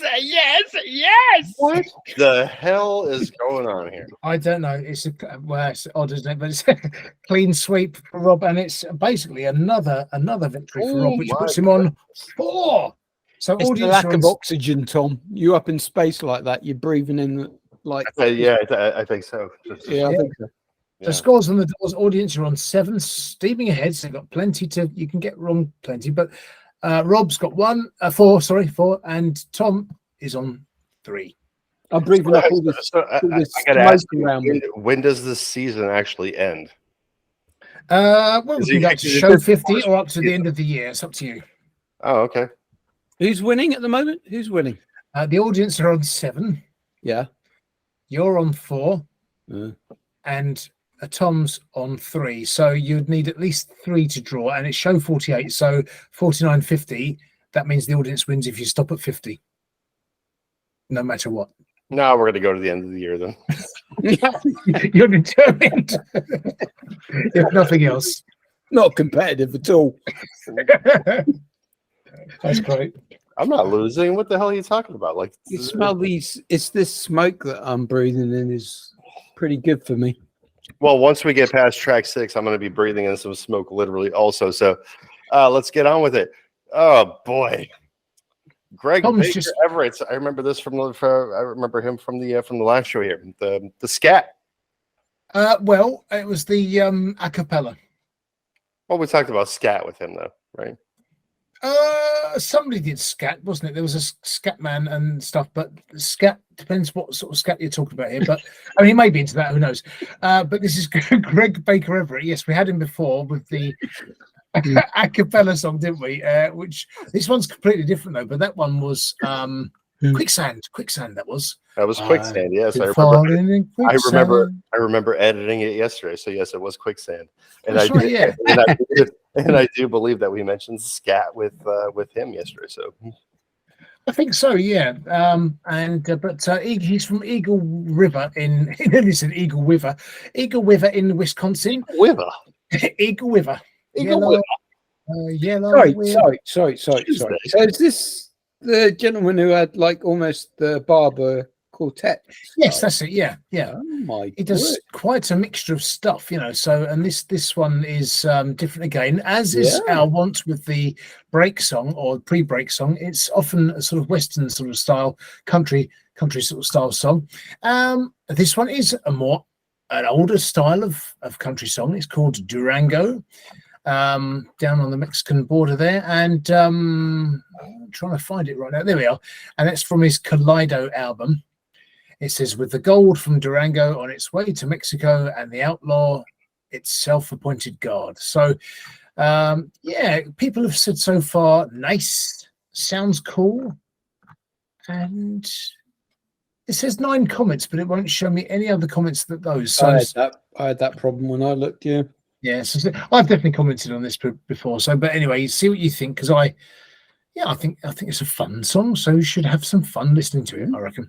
No, I love I love it when people comment before the song starts. That's yeah, great. Yes, that really makes me feel very strongly about the song right here. So nice.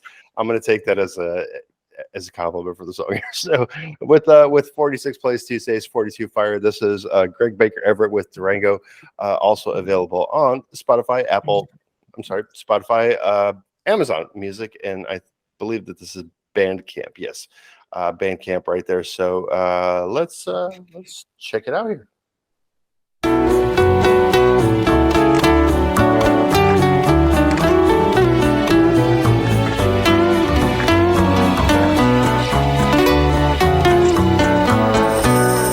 Three-day beard and black hat, shoulder guns and chaps, and a horse that's built for riding long and hard. With the gold from Durango on its way to Mexico, with the outlaw itself appointed guard. But he's in for the run of his life, with the marshal right behind and always in sight. He could have rode on through Durango, he took a wrong turn tonight. He should have rode on through Durango, he picked the wrong man to fight.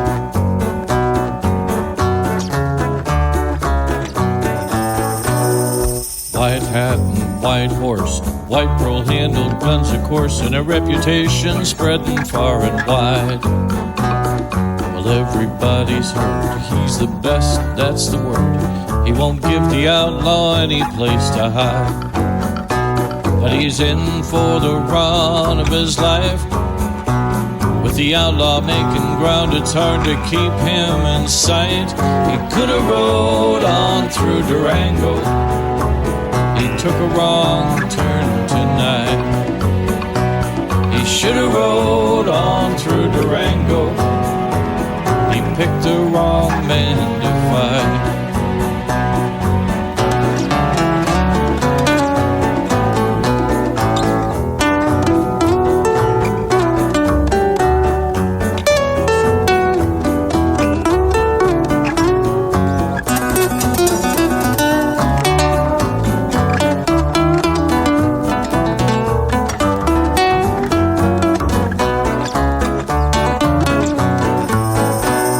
He's got his man so many times, but now he's laid it on the line.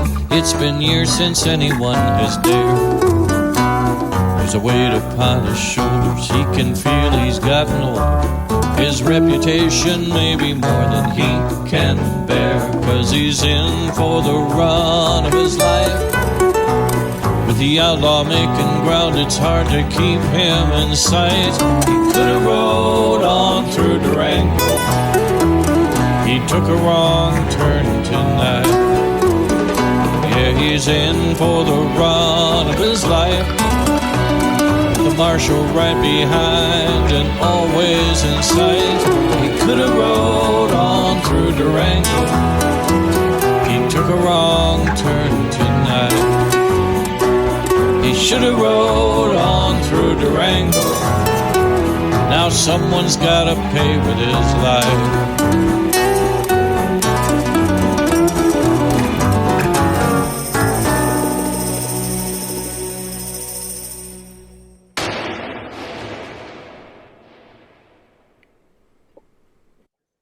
That one was Durango by Greg Baker Everett. Smart monkey. Well, this is a clever little song for me. So this, there's something I really like about this track. As a boy, I used to sit with my granddad. My granddad was heavily into westerns. He absolutely loved westerns. And come a weekend, you'd have like these western double bills. And this song just took me right back to the intros of those western movies. It's so beautifully done. It is exactly that style of music. And I was like, well, who is it that was singing that sort of thing? So I did, I'm not going to lie, I cheated and had a little look up because I remember these songs so well as a kid and how they invoke this kind of good feeling and imagination. And Marty Robbins was very much a vocalist who sang this style of song on these kind of westerns. And I mean, he has nailed this. He has really nailed this. So when you then said this is also the guy who did the Barbershop Quartet song, I'm like, wow, this, you know, there's a talent going on here. He is able to mimic these styles and do it so well. But let's just focus on this one song and how well crafted it is, because it captures that Western cowboy style so beautifully. Could very well be an intro to one of those sort of series, films, whatever. But then you listen to the lyrics and the story they're telling. I mean, it's just beautifully crafted. And you know, if they were to now make another show like that, or the sort of person who would grab this track is someone like Quentin Tarantino for doing one of his films, because he would love to honor that style of music. He would grab this song, put this contemporary modern version and put it onto his track, because it's so beautifully crafted, so well honored in that style. I mean, it's great. It's a great track. Well done, Greg. That's all I can say. See, again, I think Monkey and I are kind of like on the same wavelength here. Carlos Fandango, what do you think, sir? What I think is actually, I mean, it's really good that Rob's mentioned a couple of the bits that I've actually got written down. So, I mean, right, okay. So, firstly, production is a little rough around the edges, and deliberately so. I'm sure of it. I'm convinced, because it feels like that kind of production from that kind of era, i.e., mid to late 50s to early 60s country western type song. And it does feel like those kind of Tex Ritter, High Noon, Do Not Forsake Me theme, Rawhide, all that kind of thing, El Dorado, all those kind of themes and films. But I'd written down, I mean, the biggest influence I'd heard was Marty Robbins, and it's the Gunfighter Ballads and Trail Songs album, with things like Big Iron, They're Gonna Hang Me Tonight, all those kind of songs. I love that album. It's one of my favorite albums, let alone one of my favorite Western albums, country albums, and his album The Drifter as well. But it's a story song, you know. It's kind of hooks you in. It's catchy with the chorus as well. It sort of jogs along like you're going along like you're on a horse trotting along. You're with John Wayne by your side and all that kind of thing. It's great. It's really good. And you've got the 6-shooter on your side, Big Iron on your side. And I've written down Tarantino as well. And because it's exactly the sort of thing that should be in a Tarantino film. It really is. I really like this one. It's kind of, it's for me, it's the sort of music I really love, and one of the types of music I love, and it's a contender for my top 3 because it's so catchy. I've already bought it because I really like this one, but I don't. It's not one I'm going to skip because it's just such a nice little, catchy trot along song. Brilliant, love it, pretty good. Yeah, and I'm agreeing with both of you here, is because the thing is that the last kind of like newest Tarantino film that I had seen was Django Unchained, and if you recall that film, then you know how beautiful that film is.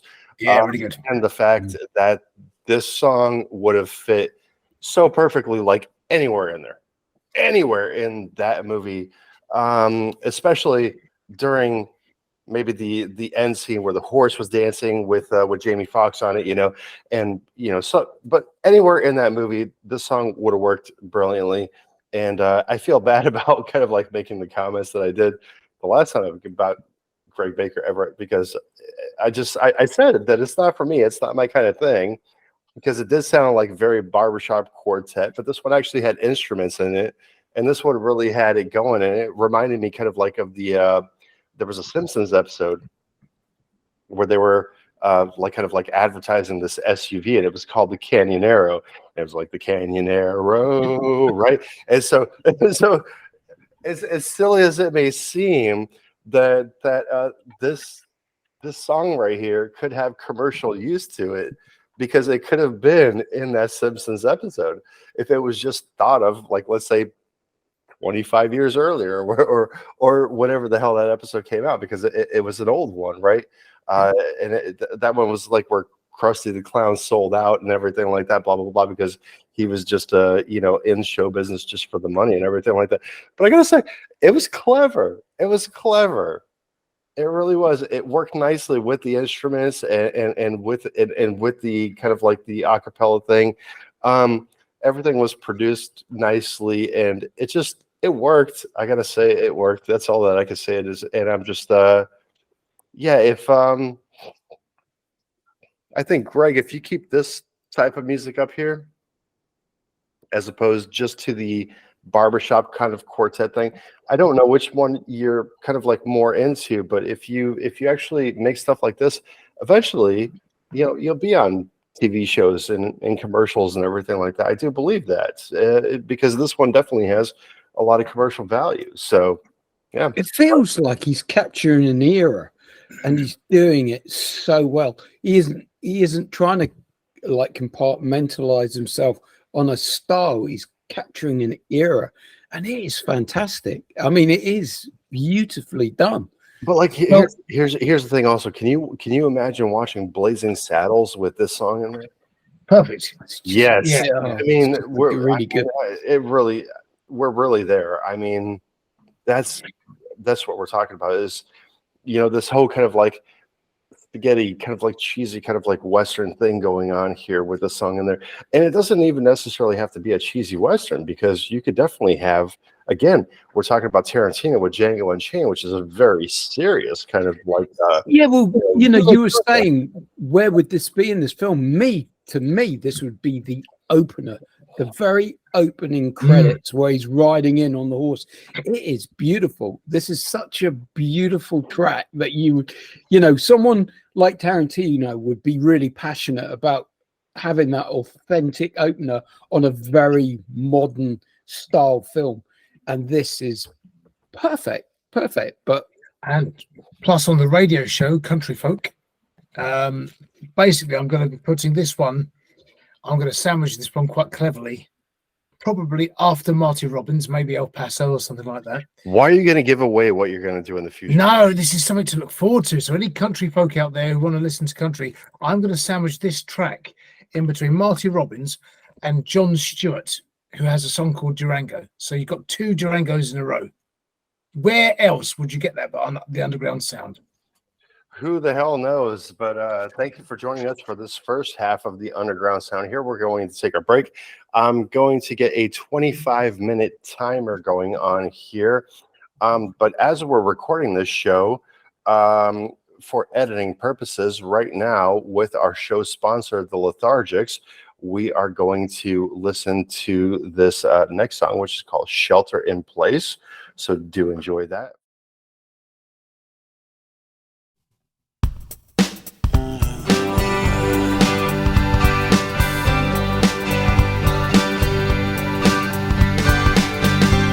So where do we go now? Where can we stay? We can't just keep running like this, both night and day. It's too far to go back. There's nothing anyway. The things we were promised far away.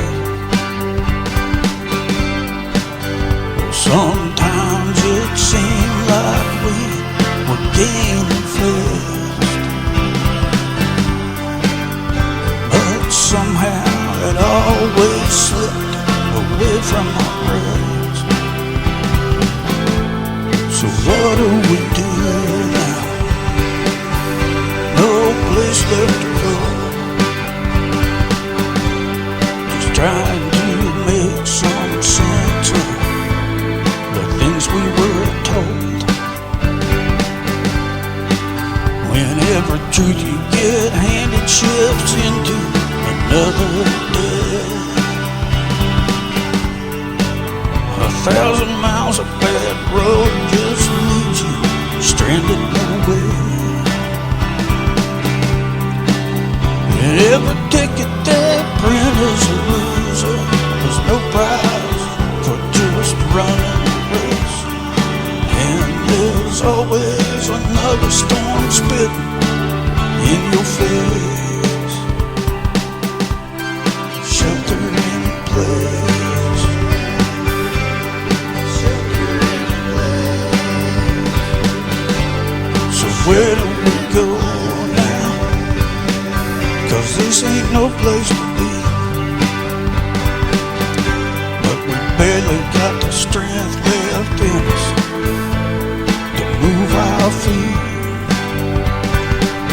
They said we all could be winners if we'd only compete. But all those things we were promised seem to stay just out of reach. But there ain't no time to ponder on how the planning got laid to waste, with the next storm already blowing drip in your face. Shelter in place. Shelter in place. Shelter in place. Shelter in place. Shelter in place. Shelter in place. Shelter in place.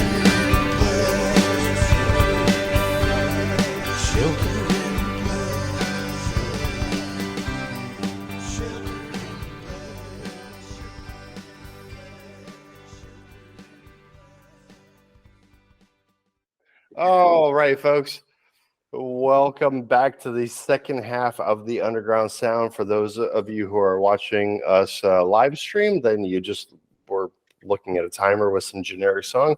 For those of you who are watching us on the edited version of this program, then you just listened to Shelter in Place by the Lethargics, who is our show sponsor today. So please do visit thelethargics.com and find out everything that you can about the Lethargics there. And also do remember to visit the video description below and find the links to all of these fantastic indie musicians that we are reviewing today. Now, we're kind of like back to our regularly scheduled program here.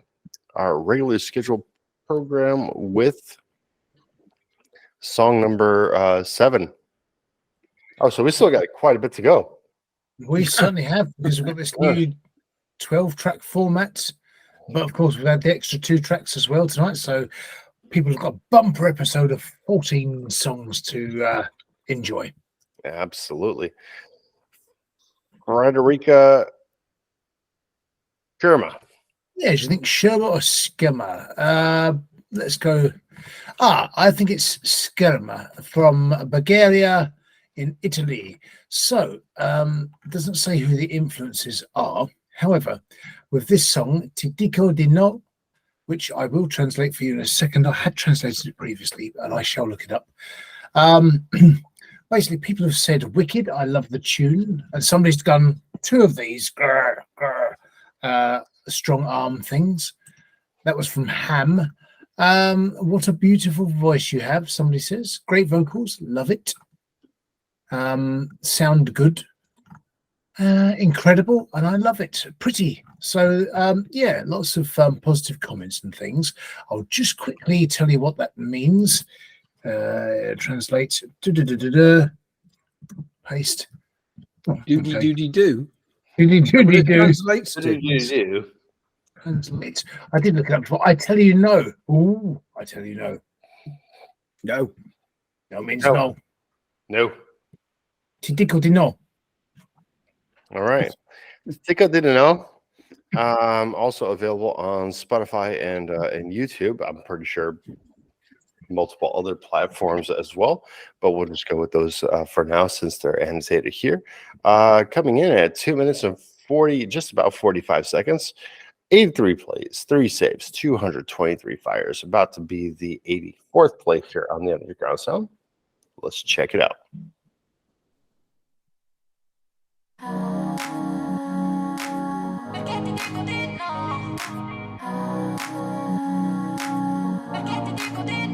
Vorrei buttare storie che poi finiscono a noi senza bussare.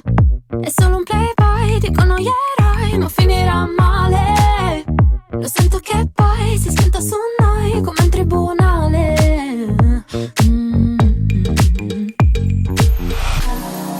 Testo croce, non lo so, tempo al tempo sì, però qualcosa mi dice stop, stop. Non accetto un altro no, corro a vuoto già da un po'. Non farai più storie, no, perché ti dico di no, no.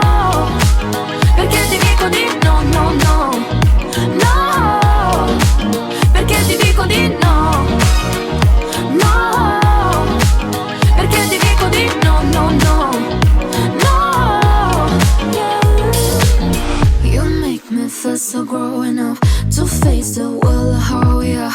Don't make a deal fade now, babe. Rivedi, liberi su queste piramidi, aridi, lontani, ma due cuori fragili, 13, 15, non conto più limiti, giuro che ti dico di. Testa o croce non lo so, tempo al tempo sì però, qualcosa mi dice stop, stop. Non accetto un altro no, corro a vuoto già da un po', non farai più storie no, perché ti dico di no, no, perché ti dico di no, no, no, no, perché ti dico di no, no, perché ti dico di no, no, no, no, yeah. Balliamo vicini, suoni un po' di jazz, fumi un altro tiro, sguardo fisso su di me. Siamo sugli abissi e non chiedo di te, so che forse è troppo tardi ma giuro ti dico di no,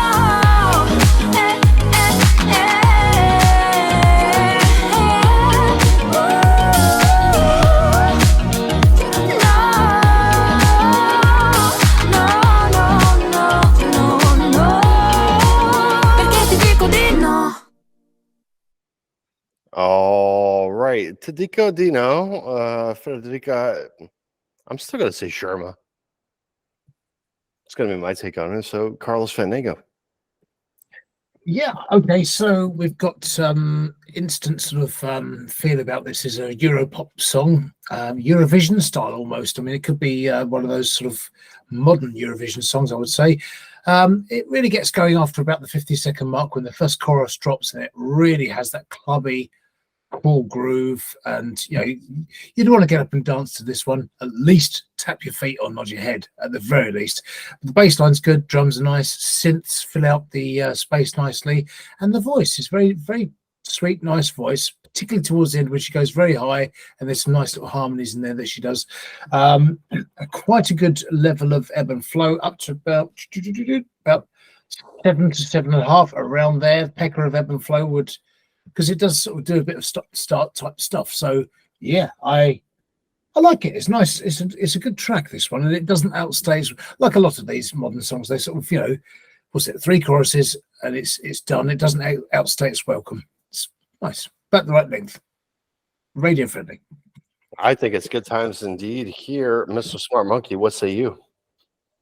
Yeah, nice clubby Latino vibe to this track. Beautifully produced, really lush, round, solid sounds coming through when I was listening to it. Vocals sit so cleanly on the top, crisp, and then underneath you've got this boomy bass. And often, if you don't mix those well together, they conflict. And in this one, they're not. They're beautifully crafted together. Rest of the instruments in the mix working really well. To me, it's had a pro mix down, this one. Yeah, I mean, I think this is, you know, we talked about it before, and sometimes we encourage artists to just go that little bit extra, maybe put that little bit of extra money in. It's not a huge amount to put in to make your track shine if you go to a quality sound engineer to mix it down.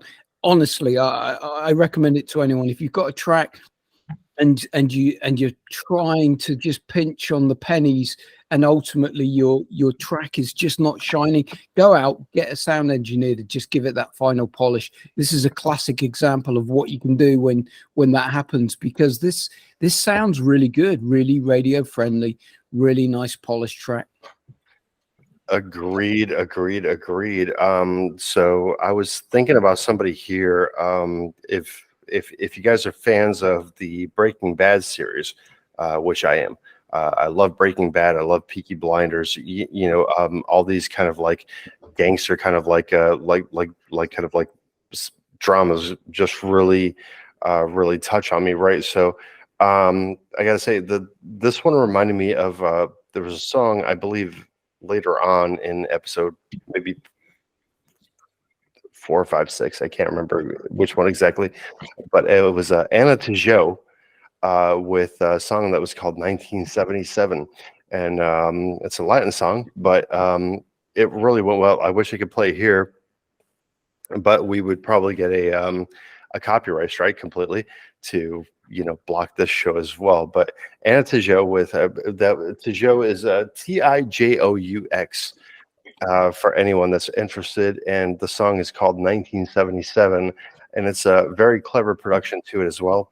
And this one had absolutely no problems where production matter is concerned, because again, as Smart Monkey had mentioned here, giving a little bit of extra money and really taking your song that extra mile when you're talking about like working with a pro kind of like producer and engineer, then this is what you're going to end up with here. It was very poppy, very bassy, very very vocally. Everything sounded exactly where it needed to be, and it was a very radio friendly song for that matter. So if you were to throw this on to the U.S. stations, this would probably make it as well. Obviously, this would do a little bit more well in the in a little bit more well, yeah, a little bit better, a little better, a little bit more better, a little bit more well, George, a little bit more goodly. Goodly. It would be it'd definitely be a little bit more goodly, probably in the Hispanic markets and everything like that. But for all intents and purposes here in the United States, it would do very well also. So I applaud you for that one, and great song. Did you raise it? Yeah, may we draw the viewers and listeners' attention, well, viewers actually, attention to the artwork, because I actually think that's pretty cool. It's like an old used vinyl record album cover or single cover, but it's also got that bit with the lettering. It's very Tarantino-esque. Yeah. We mentioned Tarantino earlier, but that's quite a cool bit of artwork with the the cigarette being lit and everything, and or lighted, and it's really cool bit of artwork as well that goes with the song well. I was really gonna say myself that it looks like Pulp Fiction, but I really didn't want to make this a Quentin Tarantino show. But it definitely does have that Quentin Tarantino vibe, especially when you're talking about Pulp Fiction back in the early '90s. So Uma Thurman, kind of like a very similar kind of like artwork done for that film, right, where it was with the cigarette being lit. So I'd made a very similar comment, actually. I've forgotten all about it. I said I'd like the retro style of the track cover, and got to remember that Tarantino would hark back to the eras of older 70s style covers and things. So he's taken his influences from those early days themselves, and this, to me, even harks back earlier than Tarantino. I think it's good. I think it's clever. I like it. Those Italian style artwork. Yeah, well, this is just like what we were talking about before. It was like the spaghetti western and everything like that, right? So it definitely it works. Yeah, well, this is the thing. Tarantino is harking back to the giallo style of filmmaking, which is Italian. So it's kind of all linked in together. It goes around in circles, but it's nice. It's good. I like it. She's probably alluding to that as much as Tarantino. Well, I mean, yeah, exactly. Again, you could definitely see where the influences lie here, right? Where wherever the production is concerned, the artwork is concerned, and everything like that. So this is the only reason we really make comparisons here to the kind of like mainstream stuff here, folks, is because we see it. Everything comes full circle, now and again. So it's not meant to offend anyone. If anything, it should be interpreted as a compliment, because you're really doing something that these artists are doing, in the mainstream. So once again, folks, video description below, links to all the artists. Show some love, save them onto your playlist, do whatever you can to help these independent artists and musicians out. So we're moving on to our track number 8, Johnson Force, Can't Have a Thing. Yes, indeed. We've got no messages this week at all, Tom. Well, I was going to get to that. Oh, okay. Well, we'll come to that, I'm sure, in due course then. Yeah, I was going to do it before the bowl, but... Oh, fine. That's fine. I wasn't sure. We normally do it after the break, but I wasn't sure because we also hadn't done our little bit after the break either, had we? Oh my goodness, no, that one I did forget about. Yeah. Should So we please do like, subscribe, and share, and we'll follow. Wait. Don't forget to click on. Oh, okay. Don't screw the rhythm. Yeah. Welcome back to the second half of the Underground Sound. I am DJ Sec. With me, as always, is Carlos Fedingo and Smart Monkey. Together, we are putting the us back into the music. So please do like, subscribe, and share, and we'll find the music that you love to hear. Excellent. And do not forget to click the little bell icon so you get the notifications of whenever Tom uploads new videos. So you'll get to hear all the new music from all the independent artists. Independent artists. I wrote it in a rush, but it's independent artists. I love it. Go on, bring that back up again. Go on, let's have another. I know. I thought something's wrong here. So I had to put. Oh, sorry. Independent artists. Oh, that's good. Oh, that's a good one, man. That's a good one. Oh, do you know how long it took me to make that Smart Monkey clip? Oh, that was good. That was. Yeah, that was I'd like really to know. good. Actually, I felt like I was there. No, it took me an hour and a half. So no, cool. Wow. No, Oh, so was it the same clip each time as well that you put in? Because that would have taken even longer to do 3 lots of that. Yeah. Yeah, no, I wasn't even going to try to do 3 lots because it's 17 words per clip. So 17 words per clip times 3 shows. Then just do the math yourself right there if you want. So that would be 21 plus 3. So that would be 51 shows. We don't even have 51 shows. So I did take the 17 words and basically please do like that. I found it entertaining though. I did like it. Yeah, it's good. Very good. I like that. I wanted to. I forgot about that, so I was going to go. So please do like, subscribe, and share, and we'll find the music that you love to hear. Yeah. I find it disturbing that you own that many hats. And you dropped your hat just then as well. Clips I just edited together, Tom. I just managed. It took me 3 hours to do that. You dropped a hat a few times as well there. I got like crap all over the floor now.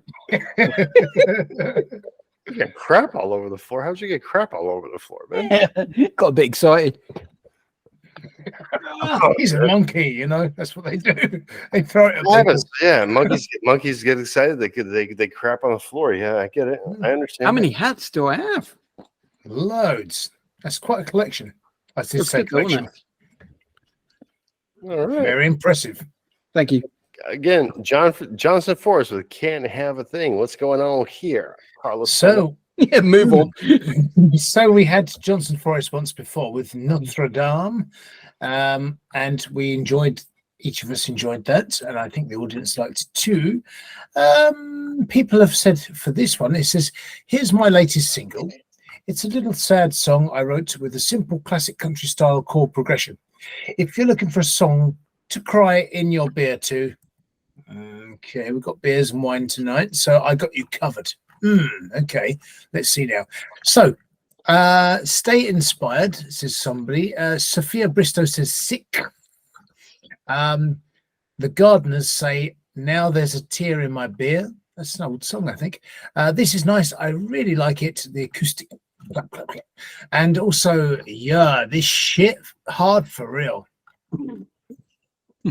And then somebody else put beautiful song. So I think it's, I'm in that camp. I think a beautiful song. So let's see what you think. Well, I'd like to know from you first. Is this shit hard for real? No, ask Rob. He's the one who just shit all over the floor. Yeah, shit hard for real.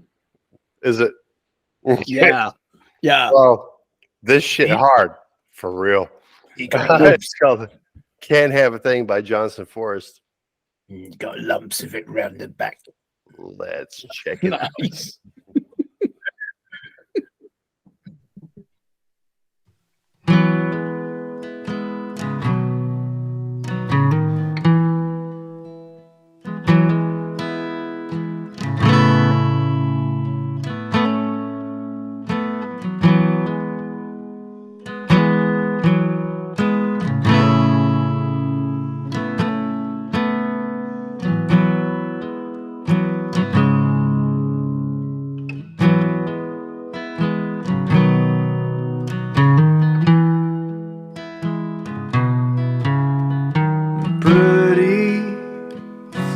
patterned dress.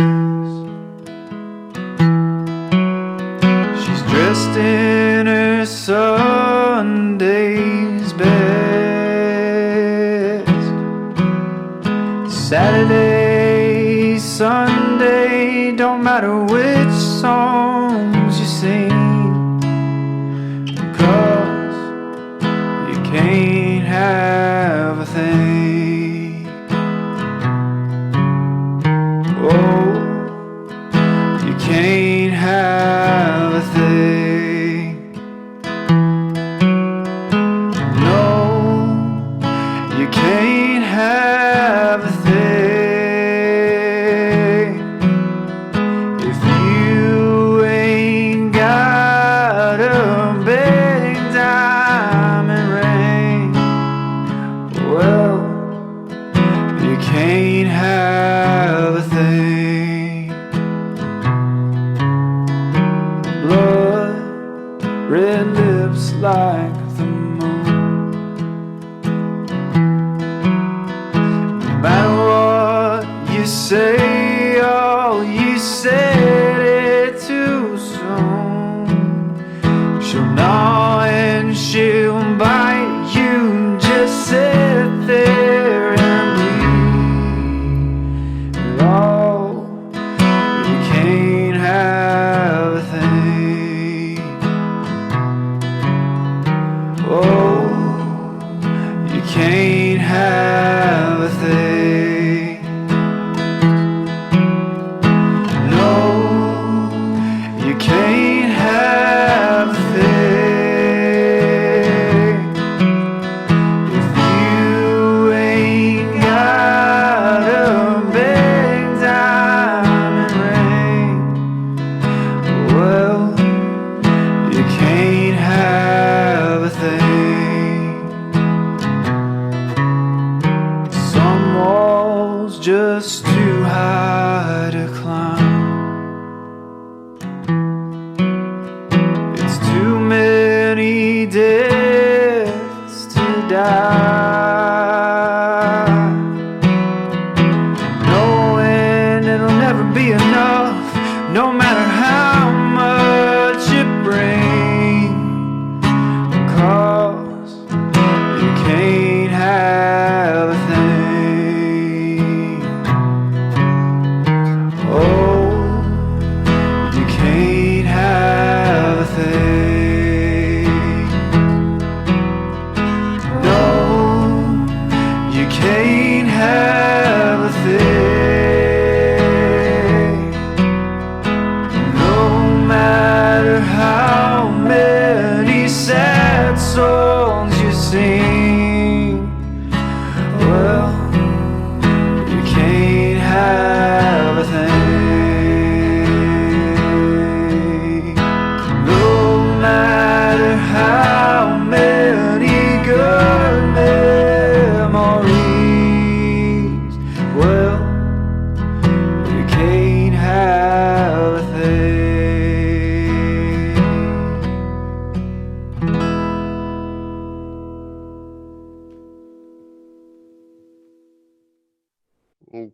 Can't Have a Thing by Johnson Forrest right there. And I forgot my glasses again. My God. Seriously, every time I walk away from the desk, I feel like I forget my glasses. But Johnson Forrest Can't Have a Thing. And so, very folky, I'm going to say, Mr. Smart Monkey. Yeah, I agree with you. It's got that country folk kind of sound to it. The opening guitar, beautiful, as it sets the whole tone of the track right from the start.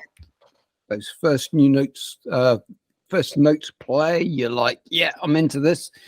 Really like Johnson's vocals. I think they suit this song perfectly. And the thing it did for me is there's a certain style of this sort of track that it could be an English thing here, it could be a British thing, but it takes me to that place where they're sitting on this like porch or this balcony of their property and they're just singing their kind of blues, almost this country folk blues to the night, and singing their heart out and their troubles and their soul, and you just It's just a beautiful kind of song, and for me, a beautiful visual that you can have when someone sings this kind of track.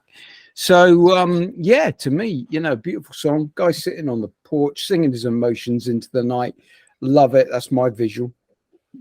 Good track. Agreed. Got my glasses back. Mr. Fandango, what say you? Yeah, I mean, I've said in my comments on Slaps, it's amazing what happens when one applies a classic old style of writing and composition, because it does sound, you know, like an eternally a song that's been eternally there kind of thing.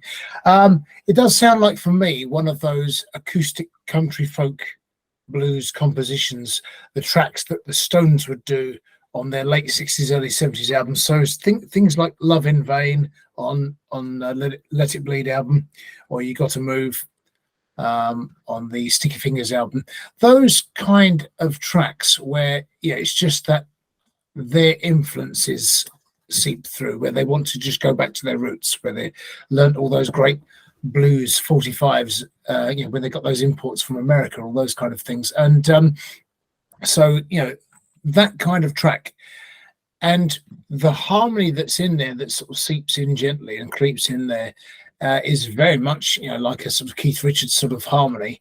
And I could imagine the Stones singing this song, you know, with Jagger taking obviously the lead and others sort of just pumping in here and there randomly with their harmonies. But yeah, he's got such good recording voice. I really like Johnson Forrest's voice. It's contemporary sort of folk country sound as well, sort of perhaps Bears Den sort of thing, more country than folk on this one. But also, I mean, if anyone who knows Jack Nietzsche's theme to One Flew Over the Cuckoo's Nest, the sound of the guitar sounds very sort of similar with that sort of feel before the musical saw comes in. That part, it's just really got that lovely, I don't know, it's just something very natural and organic about it.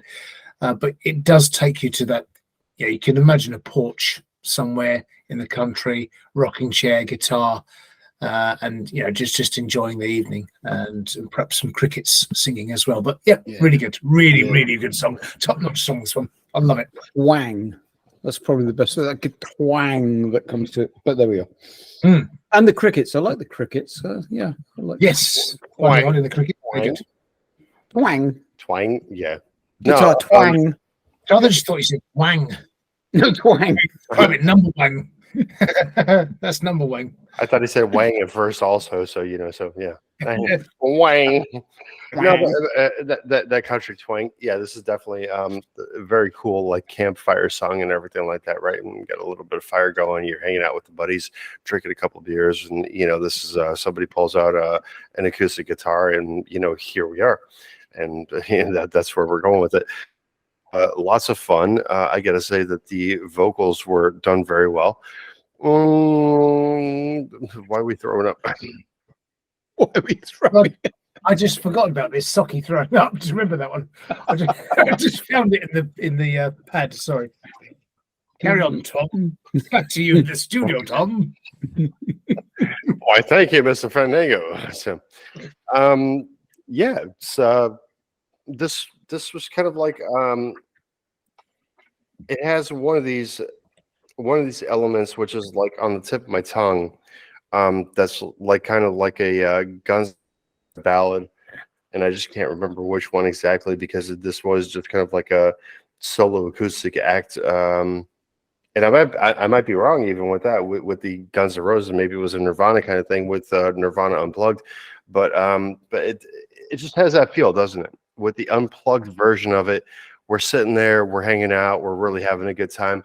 Again, when I do make it when this, you know, it's not an if question, it's just a when question.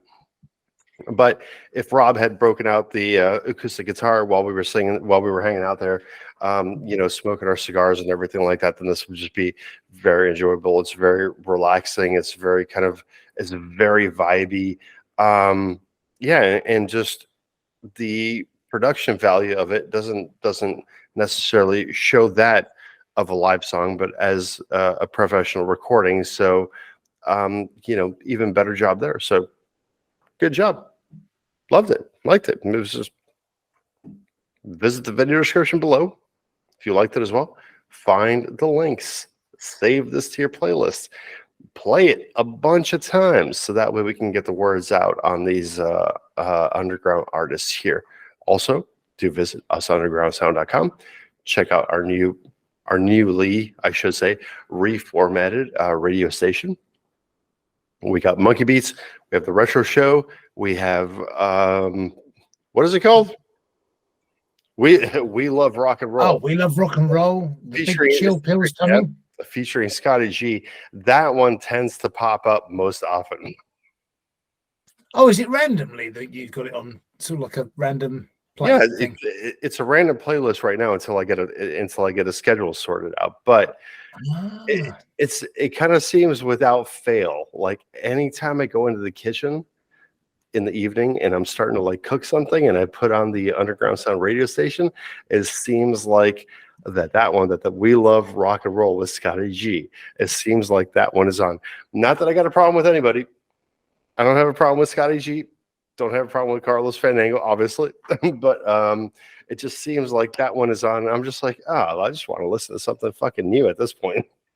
I suppose percentage wise though, if that's the how many radios shows we've got up, they're still quite thin at the moment, aren't they? They're on the ground, so it's the odds are it's going to crop up more.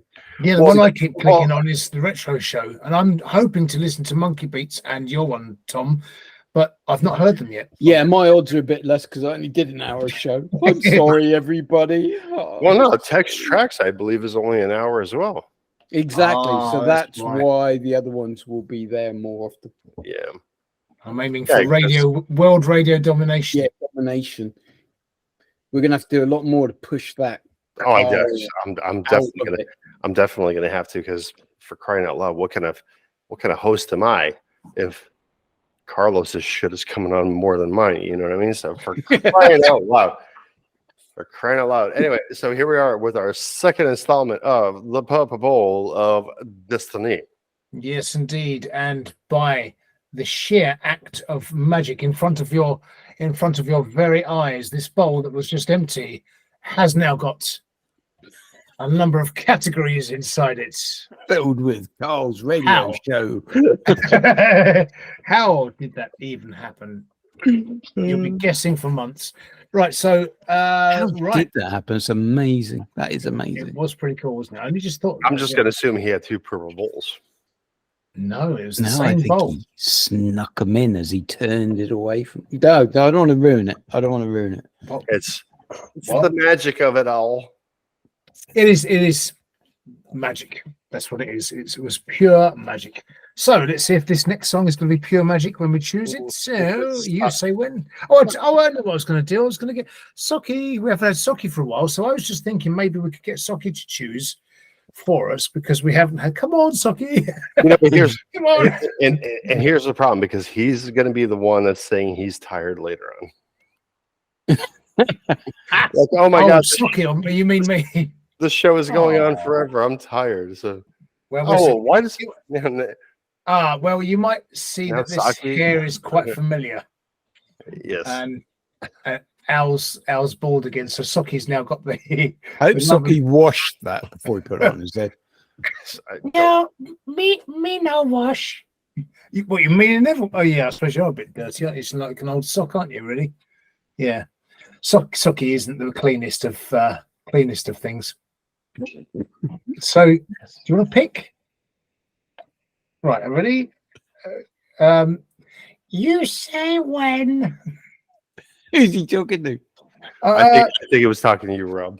Yeah. Oh, yeah, of course. Yeah. Well, Socky, you need to. Sorry, I was just going to sort his mouth out. That's better. So I'll shake it about. Yeah. I mean the bowl. And you choose when. When? Oh, that was it. That was me winning. Right. Okay. We've got a bit of a problem here. That is a lot, isn't it? Oh! Keep that one in your mouth, Socky.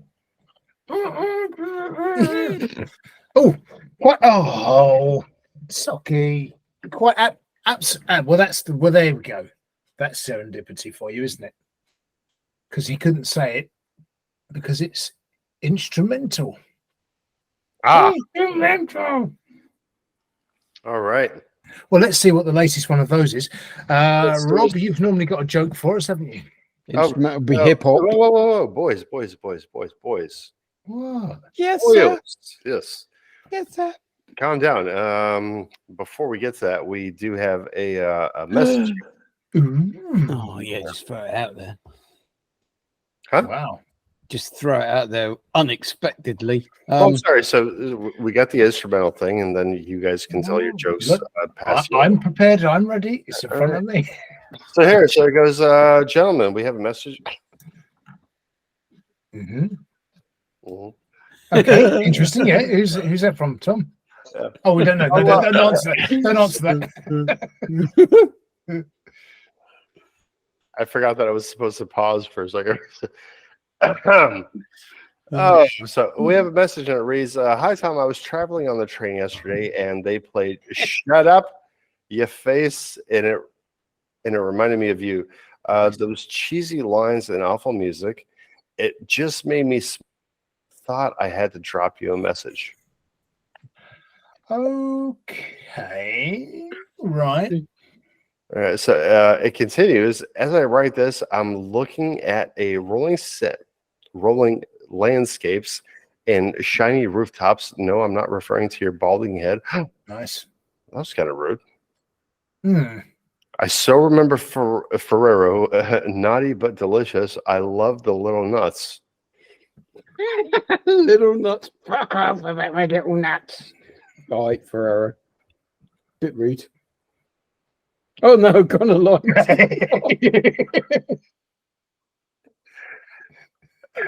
Two of you have said that now. Hide. What's up? It says, "Looking forward to giving you a hug and kiss, Tom, and say hello to your friends. I can't recall their names, but I remember one was Harry and one wasn't." Bit rude. Hey, bit rude.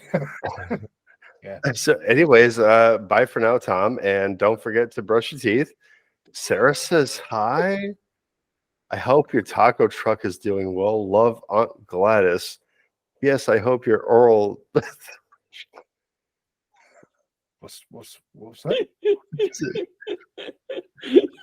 Yes, I hope your oral thrush cleaned up okay. Oh, well, that's a bit of an unusual message. Gladys. Who could that be? Well, we're a music show, so Gladys Knight, maybe? She's still going strong. Maybe. Oh, thrush. Tom, have you got something you want to tell us?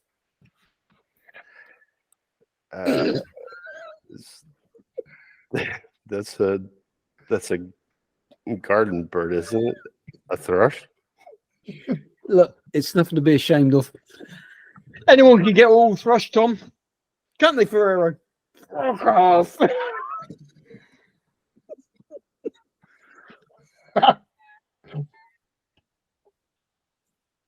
Wow. It's going to disappear beyond my puppet.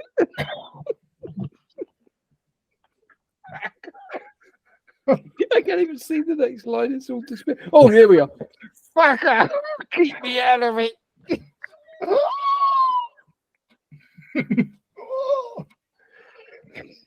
Oh man. Oh, hold on. There's another email that says it's from Gladys again. Apparently, she has the last message to the wrong person. Move along. Oh, is that it? That wasn't particularly good script. Star message.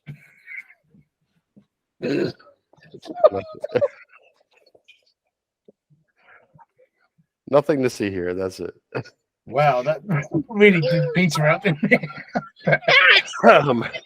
That wasn't a particularly good script. No, you're right. Oh my God. Oh. Is this where we're going with all this? Okay, so I could hear the people, the audience cheering along, the live audience. actually, there's got to be some claps and applause going here. Nope, That's terrible. nope. Everybody off YouTube just dropped. Has it gone zero? Oh, well, we weren't really. I think we had one listener a it's- moment ago. It's down to just me watching. So That tends to happen though, doesn't it? In this bit. Oh, yeah. strange. Well, it's Don't know not. It's not that. It's the live thing, and the live thing. No, we had one listener pretty much the whole time there. No, we topped off at like 5. Right. Okay. So, what's he going to choose? Well, we already had.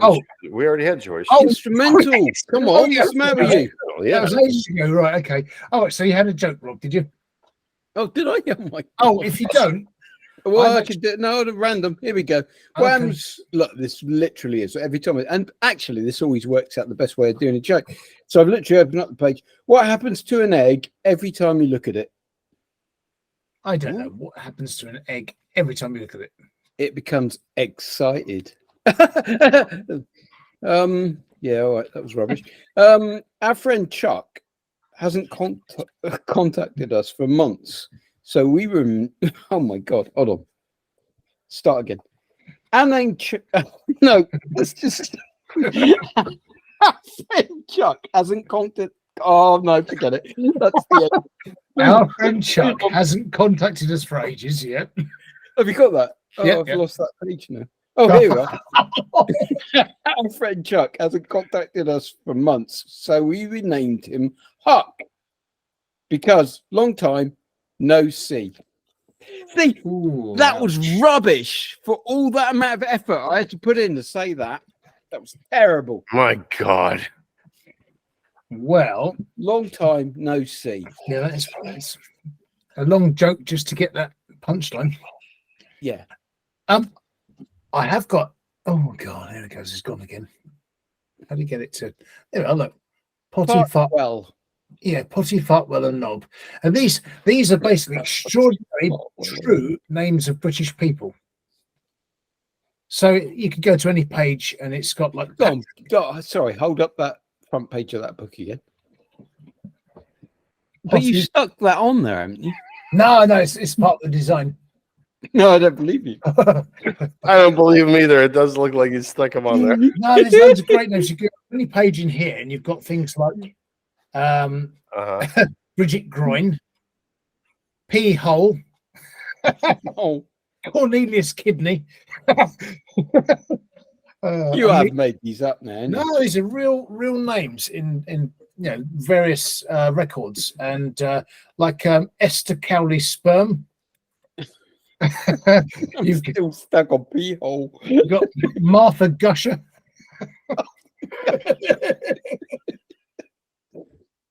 Martha Incest. Oh dear. Martha Gusher and pee hole. What about this I one? love it. Roger Horney. Roger Horney. Roger Horny. Yes, sir. Fanny Humper. Mhm. That is real. These are all real names that have been listed Fanny in Humper. British history. Oh my fucking. I like this one. Constable J. Stripper.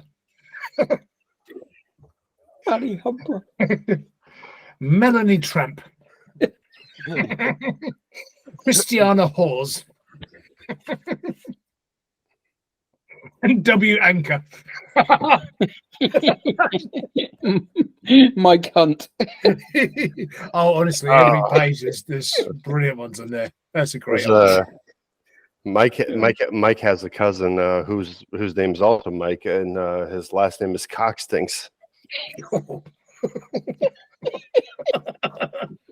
It's probably in there somewhere. It's probably. All right, let's enjoy our instrumental track here, posted 2 hours ago. My God. Oh, does it? Maybe that's to do with that oral rush of Tom's.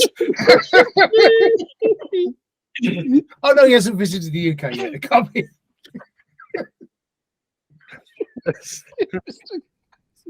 Oh dear. Mr.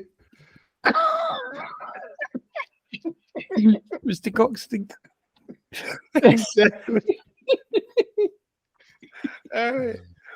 Here we go with Mordecai with Live On.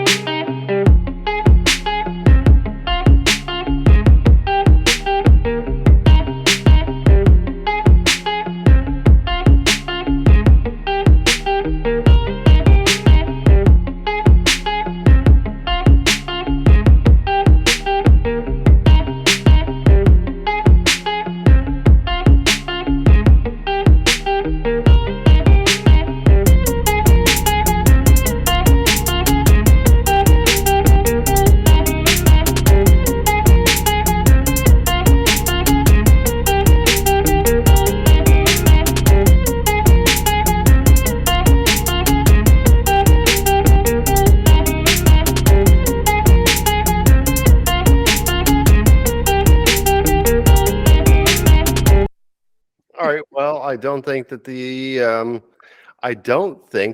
ending was quite as anybody expected, but I have to think pretty good beat myself here as far as instrumental is concerned, Mr. Smart Monkey. Yeah, I was the same. I'd forgotten for a moment this was a Purple Bowl. I thought it was one of the ones we had picked. It was a solid enough track, to be fair. Yeah, not bad at all. Good ebb and flow to it.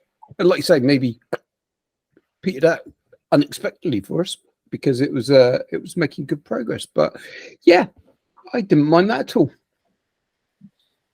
Didn't mind it at all myself, and the biggest fan of hip hop and rap that we have here, since it was a hip hop style beat, Mr. Carlos Fandango, was Sayuser. Yeah, I think it was. Actually, I better do the old Socky first. See what Socky thinks. Yes. Let's hear what Saki has to say first. Socky in profile. Yeah, in profile. Well, he's trying to replicate what the owl does. Yeah,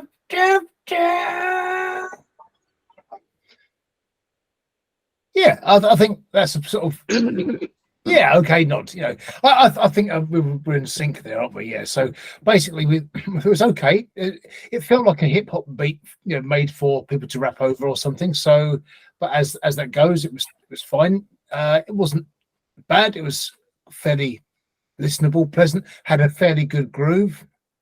It was right, not bad. But it did end abruptly. But there might be a reason for that. Might be just cut off. Could be. Yeah, but I mean, for all intents and purposes, we've had songs that have sounded worse, for that matter, but that have ended in a worse way also. So maybe it is meant to cut off there. So write your bars, get them in there, and here we go. So moving on to our regularly scheduled track number 10. Bye. Oh, bye, Socky. Sorry. Bye, Socky. Thanks for trying, Socky. Say hi to Reggie. Yeah, we'll have Reggie on next week. I think Reggie's going to come over. Oh, sorry, I pulled your hair out. Oh my God, what are you doing? I feel really bad about that. How could you be so cruel? Just the way I am, I suppose. It's cruel. It's Argin Levin with Quiet Town. What's going on here, Carlos Fandango? Right, we have a Quiet Town. Yeah, Argin Levin is from, what does it say? Los Angeles, California, USA. Self-taught Armenian music artist whose interest in music started at the early age of 8. Influences include certain genres, plus Coldplay, Iron Maiden, Kings of Leon, Red Hot Chili Peppers, Foo Fighters, and Ozzy Osbourne. None of those influences, I would say, could be heard particularly here, because this is actually just a different kind of track entirely to that sort of music.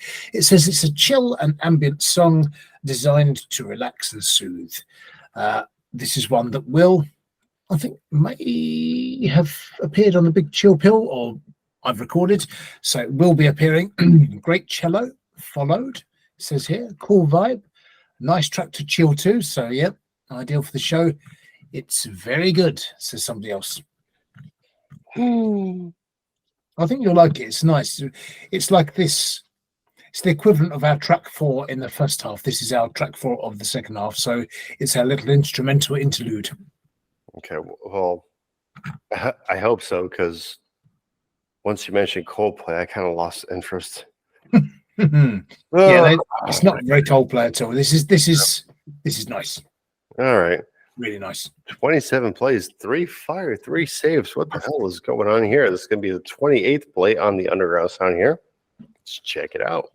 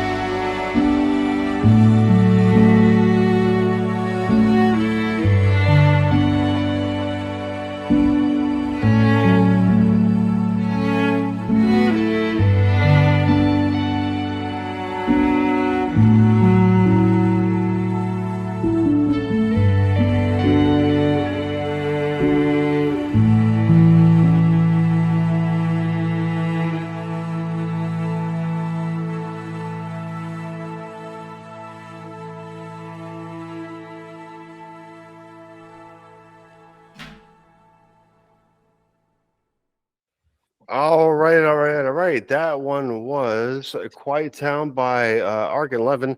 And joining us here on our group chat also is our good friend Gary Ford. So just want to send, send a special shout out to Gary Ford right there. And we mentioned cheers in the comments. So cheers, Gary. Enjoy having that beer right there. So yeah. Gary, my glass is empty, Gary. Oh, it's mine. Sorry, Gary. My God, like what the hell are you guys doing then? You don't give us a break, Tom. It's so tough. I gave you guys a break. Oh, Carl's got something. So, Carl, you go ahead while Smart Monkey goes and refills. I think I've just drunk too quickly. I've got non-alcoholic malt. Oh, I've got another glass of wine, but I'm just pacing myself. That's all. It seems like it. So go ahead. So you go refill. Carl, take the comments. No, I'm all right. I'll go one in a minute. I'm all right. So you don't want. So he's had enough, Tom. Leave it. I can tap now if you want about this one because I really liked it. Do you want me to go now? If you want to go, you go. You want to go? Come on. It all depends on you. I was giving you a chance to go refill. Bloody right. No, I just want to talk about the music, man. Okay. I mean, I love this track, if I was honest with you. I think it's beautiful. A beautiful track. Very chilled. Right from that opening piano, you get a good sense of where the ambience of this track is going. And then those strings kick in, and they are very lush strings. You know, the whole of this track just drives you along this really relaxing pathway. And then you get these like tiny other little elements that, well, not tiny, they all have their part, but you know, they're maybe not so in your face as the strings and the piano, but you get these little gentle guitar elements and these reverbs that are kicking through that just give this and the like lush pads that are just giving it this whole ambience, this rich dream-like quality that just flows through the track. Just makes it a very, very pleasant track to listen to. I really enjoyed it. So cheers to that track with my empty glass of beer that you won't let me go refill. Oh, I gave you a chance to go refill that. So cheers to that track and to Gary Ford as well for joining us on the cheers, Gary. Yeah, cheers. For joining us. Love your music, man. When are you going to do your next one? All right, can you shut up? Released his album. Sorry. So thank you for joining us on the live entertainment section here on the Underground Sound. It was a very impromptu thing, Gary, but here we are, and you know, the audio issues seem to have worked out in our favor. So Carlos Fandango, take your comments away here, sir. Okay, so I will give credit also because in the notes to a quiet town, I should say, is the cellist is actually Artyom Manukyan, described as a very talented cellist, and indeed I agree with that. So, the intro, the opening moments, the first 5 seconds, you're thinking, dun, dun. So it's almost got that Eric Satie, Troisième Nobedi feel to it, and then suddenly it, you know, after 5 seconds it suddenly becomes something else entirely different, something entrancing, captivating. It's sort of, you know, this 3-minute chill out track that kind of feels like a sort of 1990s chill out sort of album track, but it's drawing in so many different flavors. The artwork, which I'm sure Tom can show you in a minute, audience, really goes well and is in keeping with the sound of the song and the subject. Quiet Town, it feels desolate, it's plaintive, it's like it's an old coastal seaside town that's a bit run down, seen better days, and you know, there's a few people hanging around, but it's very quiet. Wonderful, lovely artwork. Just you know, taking the color out of it, made it a slight paint effect. Beautiful. But the instruments, the drawing of, I mean, yeah, the cello itself. So you've got some pad synths in there, which are nice, and some guitars and things, and it's just balancing and a nice, you know, electronic beat. So there's elements of the electronica fused with this beautiful cello. This cello part. Now, the cello is one of those of most expressive instruments. It's plaintive, it's soulful. It really is, you know, a voice for the human expression, I think. and the sadness that it feels, but also I think garnering all those different elements. I think it's just a fabulous track. It's at the moment I've got a list of about 6 in my potential top 3. I'm having real difficulty in separating these ones. This is one of mine that might go to top 6. Well, I'm not. No, so far my top 3 are pretty much locked so far. Ooh. So far. This is a very lovely song. But again, folks, remember that the 3 of us have different tastes. We look at things differently. I look at things from a production standpoint. But Carlos Fandango looks at things from a production kind of standpoint. Blah. I said that wrong. Music. A musical kind of standpoint, and our own smart monkey here, he looks at things as like, with goggle eyes. As a visual standpoint. You have to say something, Rob. Yeah, you do have to say something before you actually do that, because your mic's off. Your mic's off too, so Nobody knows what I just done. No, I know, but it was something like that. Well, I do. I try to take a different perspective on it all, and I think nuts does it all. Something look really odd without their glasses. it wasn't a bad song, wasn't a great song. It was just kind of like in between for me, honestly, tell you the truth. So I really I dislike being the Simon Cowell of the show, because I'm usually the one that's kind of like hating on these tracks. And I love a huge variety of music. I love hip hop, love techno, love trance, love I love all kinds of music, right? And so this is coming through on our radio station too, on usundergroundsound.com, folks. If you head on there, you'll find the radio station there. And I mean, I've only got like 1 or 2 segments up so far, so that just makes me look like even that much more of an idiot, doesn't it? Well, me too. Well, you only have 1, so. All right, make me even worse then. Yeah. Well, I'm sorry. I got to pin the blame on someone here, right? So it's just like, for fuck's sake. I mean, it's just again,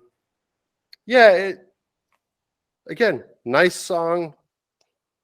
Not kind of like my type of thing. It's not horrible. It's not horrible. I just didn't like. This is on one of mine, actually. I wasn't sitting here like, nah, nah, nah, nah. Yeah, the melody stayed in your head. Yeah. I have to say, I've added this to one of my playlists because, I said about that sort of cinematic sound. I think this is in there. So it is on one of my playlists. If I finally get to do one later. Just listen to Carlos Fandango's Big Chill Pill. You'll be all right. You can have me whispering in your ear. Yeah, I listened to that one. And then next minute, I was like, it's like you hypnotized me. And I was like dancing around. Carlos Fandango has definitely taken the radio station idea and just leapt like he did it. He did like a 3 jump on it. You know what I mean? Like a triple jump, I should say, off the Olympics. Like I gave him the idea that he finally recorded one, and then he's just been like light years ahead of everybody else. And I've been like struggling here to obviously edit these shows, get the radio station together and everything like that, blah, blah, blah.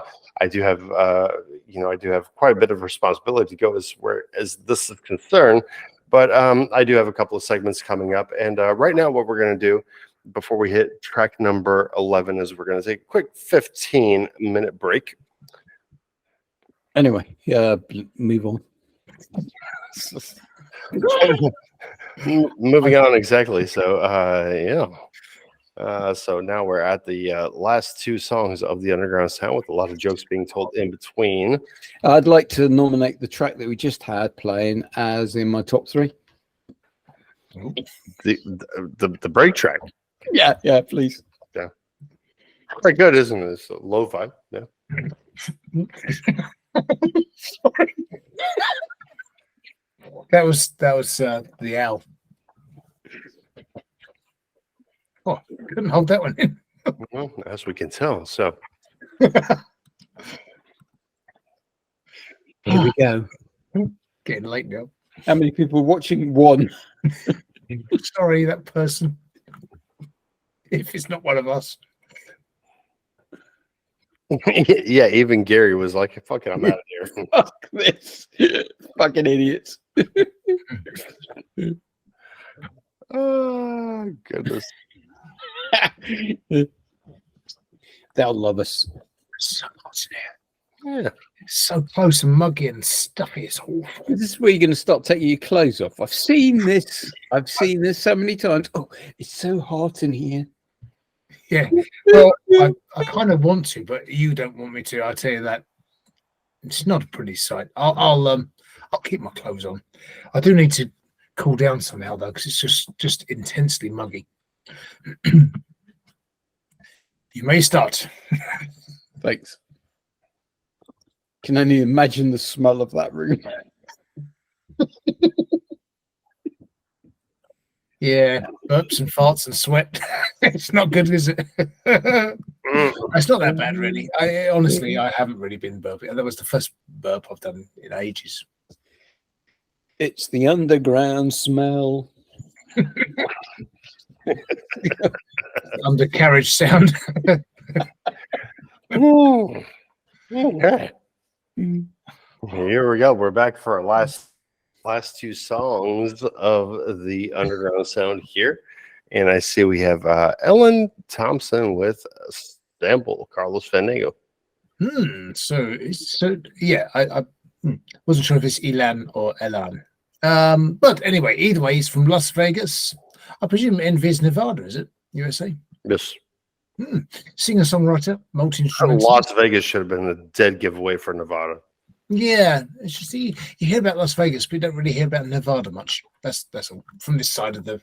But it's not in UK too much. But it's Las Vegas, Nevada. So yeah, but they don't say that. People just say Las Vegas or Las Vegas. Yeah. That's all they say. They don't say Nevada afterwards. No. Not over here, they don't.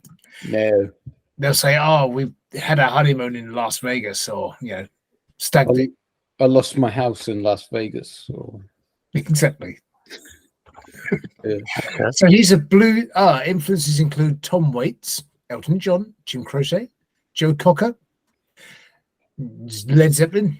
Zeppelin. Queen, John Mayer, Foo Fighters. How many beers have you had? Huh? Exactly. And this song is called Sample. It says, "Circles off my new album Interstate. Please drop me some fire my way." Well, what have people said? Very nice. What up, homie? Elan Thompson. Good. Not typically the type of music I listen to, but I am extremely impressed with your vocal mixing. This is really, really good. See what you think. Well, we shall see if it's really good in a second here. So Elan Thompson with Sample. Let's see, 34 plays, 2 saves, 23 fires. About to be the 35th play. Trying to go down in fires.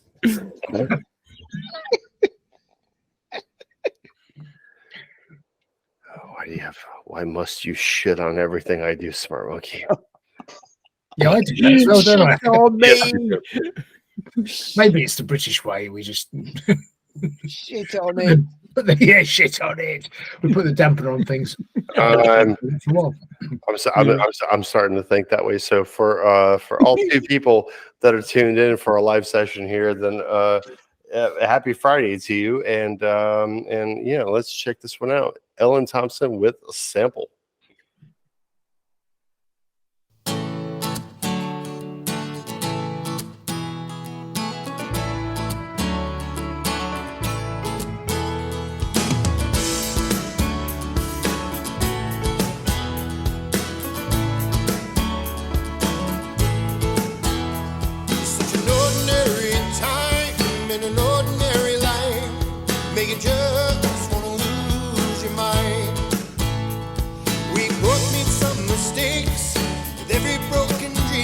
And that's a chance we seem to take.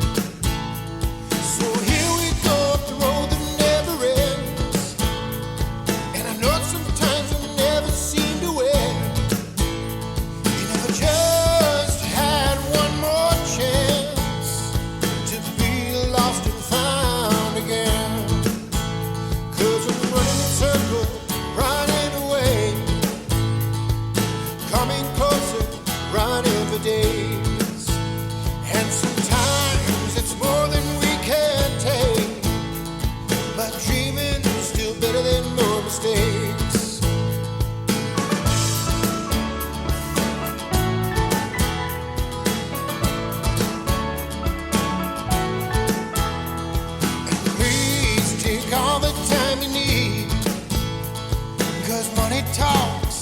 time is free.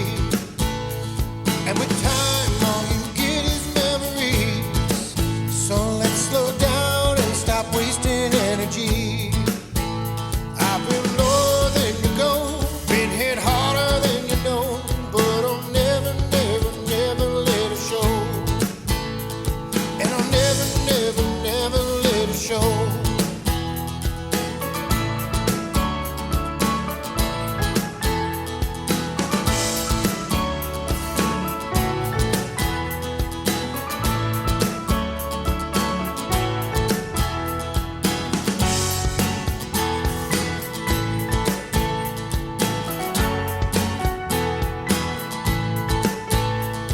So here we go up the road that never ends. And I know sometimes you never seem to win.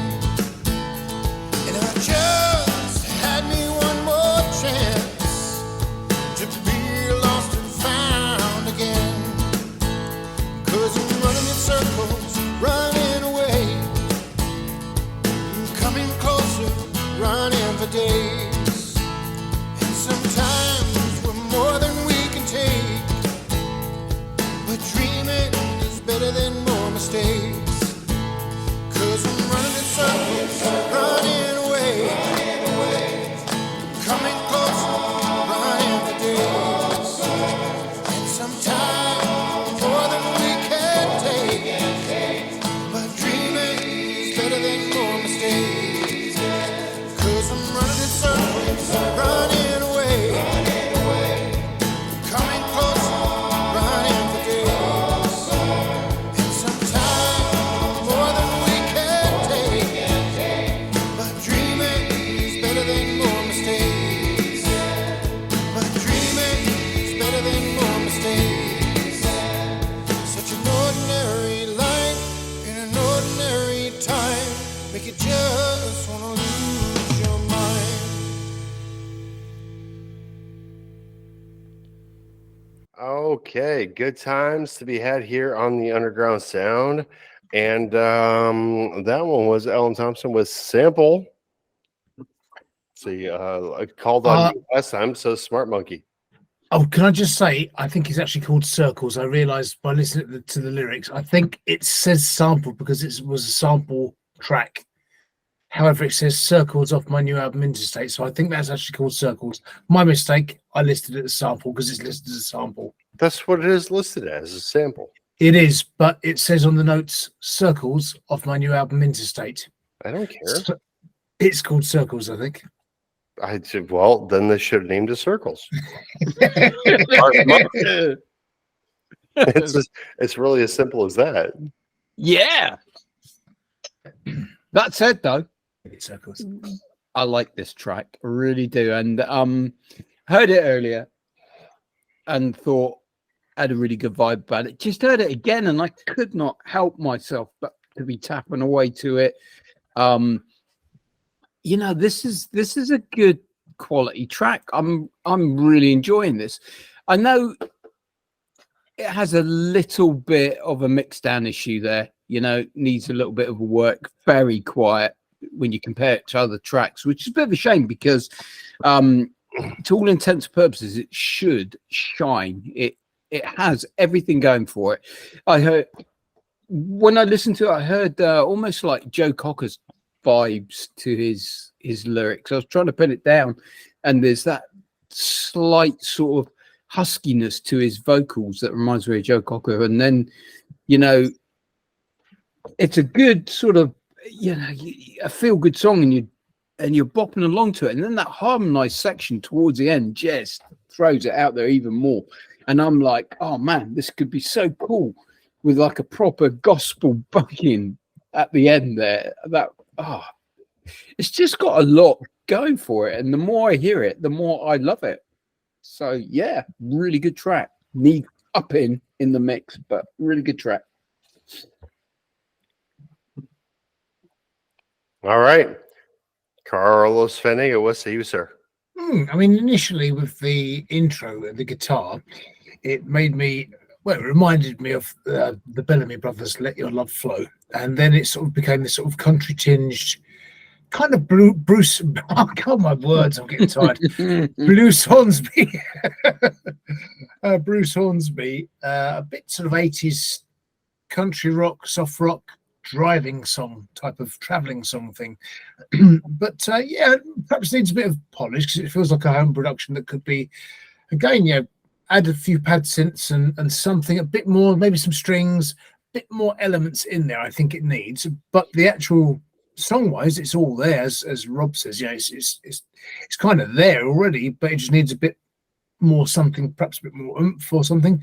Structure wise, yeah, it's not bad. I think maybe some extra element in there, perhaps maybe a key change towards the end. I don't know, but the introduction of the gospel vocals towards the end really does work nicely. So I like that one. I'm still not fully made up on it, but I think I like it, but I think it just needs a bit more production attention. I think that's what I'd say. I'd agree. It just needs that bring. Well, to me, it just needs lifting out a bit more. But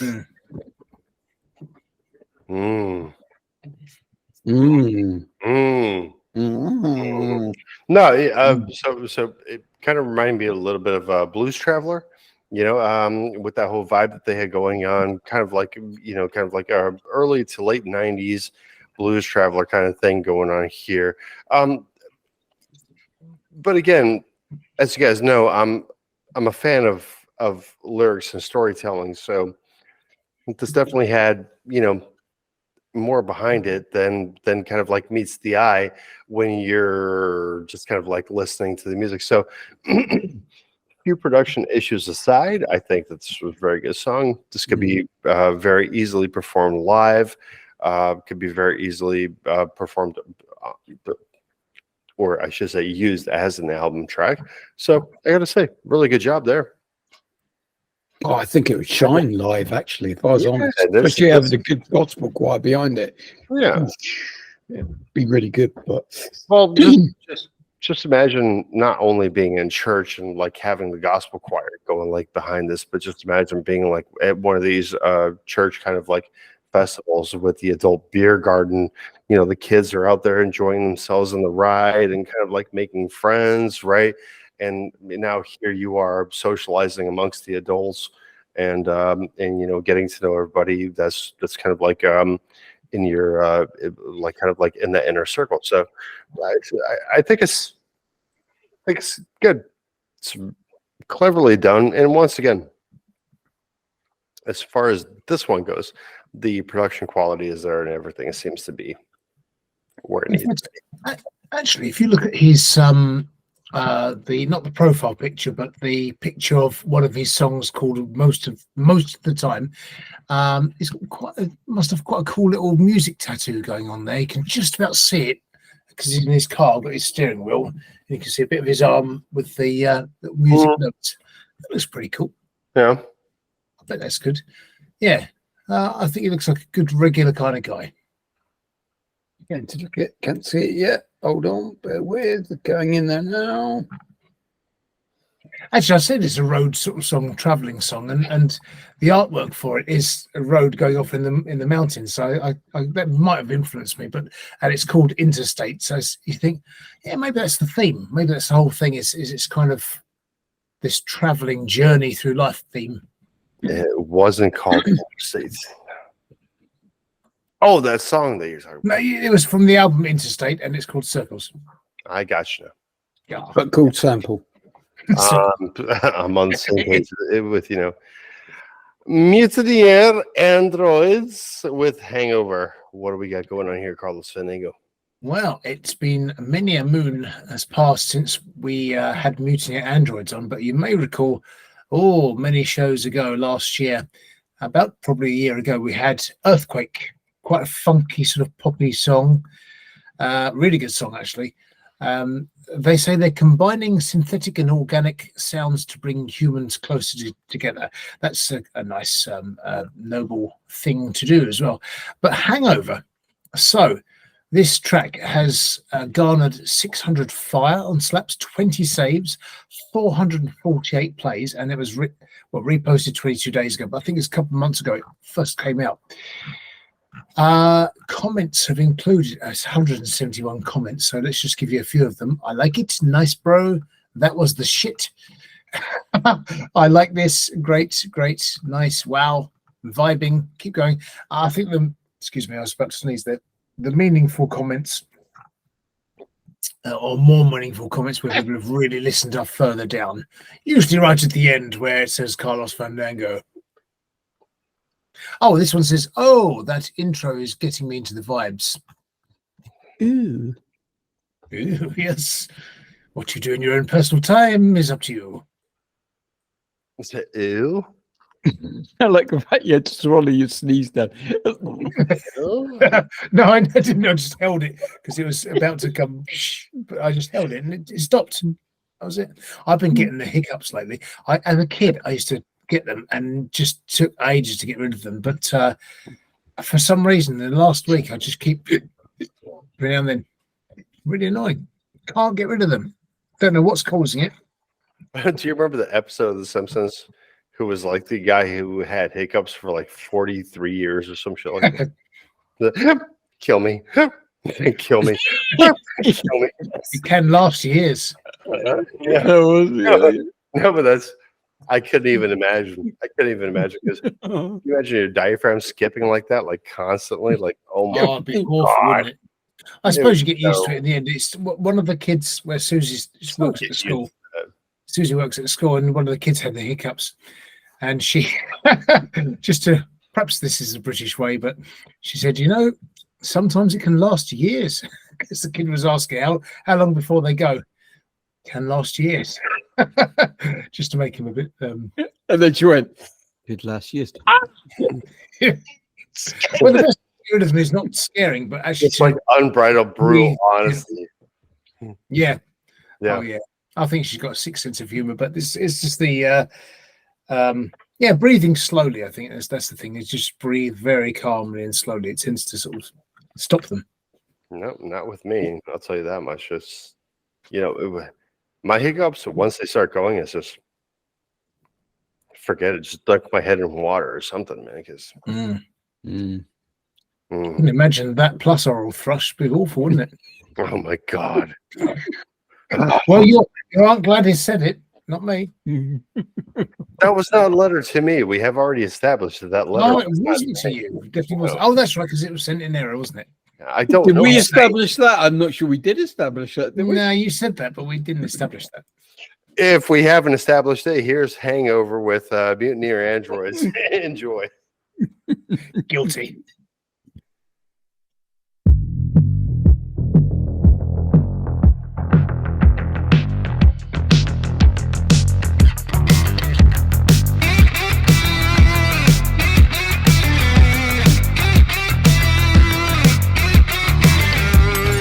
Pass me the bottle, or pour me another role model.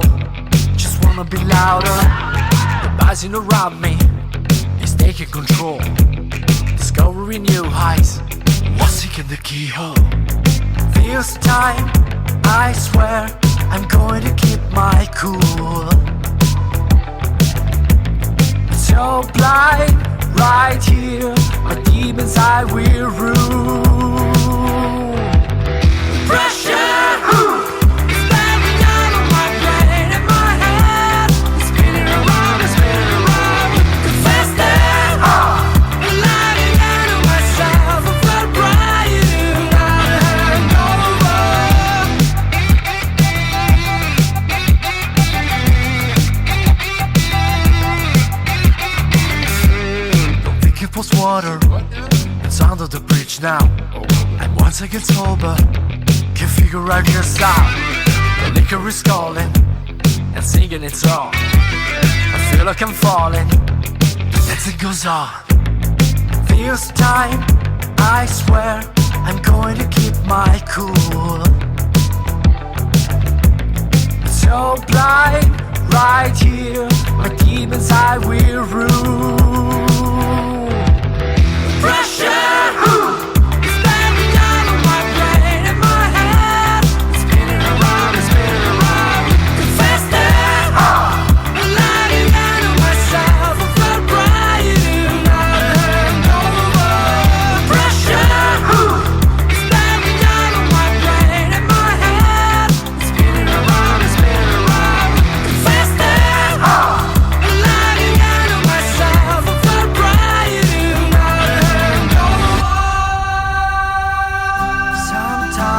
as I look in the mirror and the face on the other side is asking me why.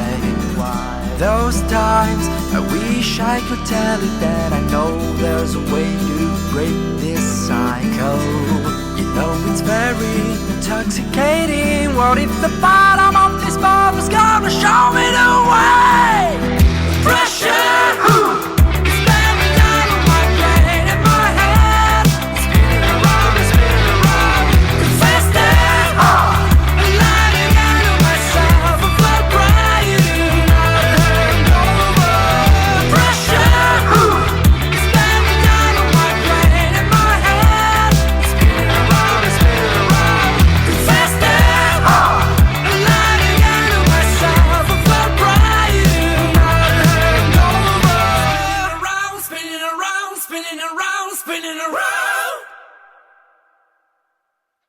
Yeah, indeed. Ooh, Spanner. Oh, Tom's not there.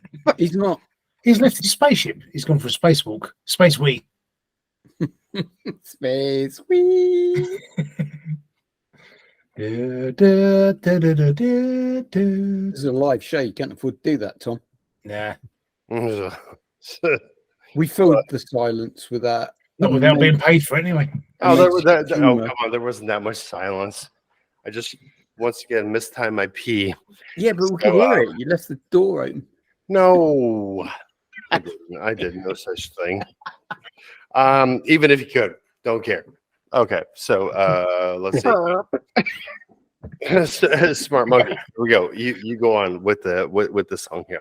Okay, so this song, I absolutely loved this song from the moment it starts with that bass line that kicks in. Oh, this song, I just loved it. But it's got distorted guitars. You've got this almost like industrial undertone to it. And then those chants and those little shout outs from the rest of the group. This song just oozes so much quality to me. I absolutely love it. Every time I hear it, I've heard it a few times now because I just found myself wanting to go back and have another listen to it. This, to me, was definitely up there in my top three. Whether it's my favorite, I'll let you know in a bit. But it reminds me very much of Manskin, you know, the Italian band that won Eurovision, and that kind of rawness they have to their music, and certainly in the vocals, if not the, you know, maybe not the rest of the band, but in the vocal delivery of it, it just has this, it just oozes this quality and this attitude. I absolutely love this track. Absolutely love it.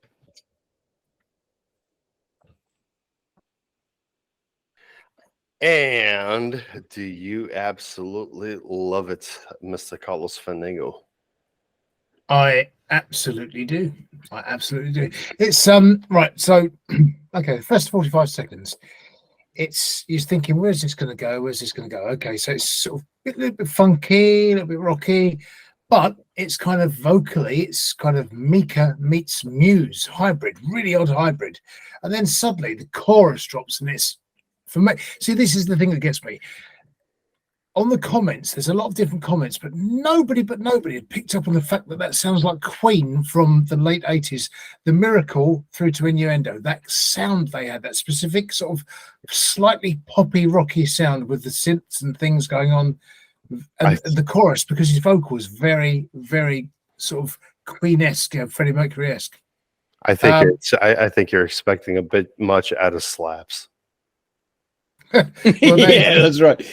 Yeah, the occasional nice might be more like it. Yeah, no, if you heard nice or pagan or got that look, you know, so I think that, but go ahead, please. But you know, it's a really catchy pop rock track of the sort of 1980s feel, lots of details in it, and as Rob said, yeah, it's got that the who's and the has and everything, alluding to Frankie Goes to Hollywood. Yeah, remember, Welcome to the Pleasure Dome, hoo ha, all that kind of stuff.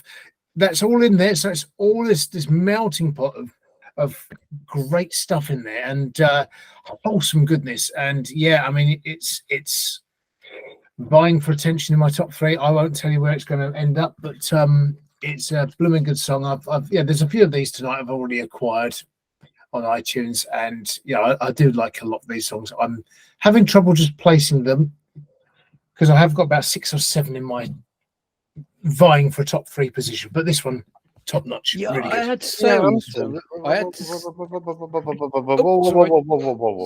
Sorry, young man, carry on. Whoa, whoa, whoa, whoa, whoa, whoa, whoa, whoa, whoa. Whoa, whoa, whoa.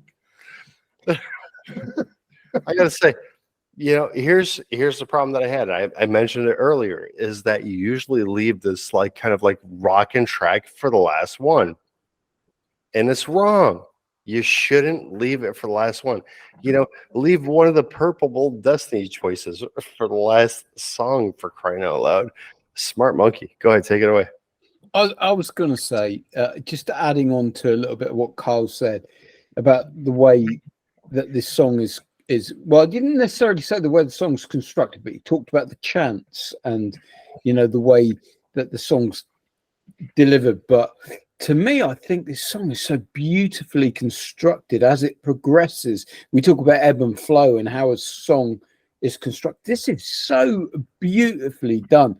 Everything just is in the right place to keep that ebb and flow going, that variety to this song. When those chants come out, they're at exactly the right point. When the vocal changes, they're at exactly the right point.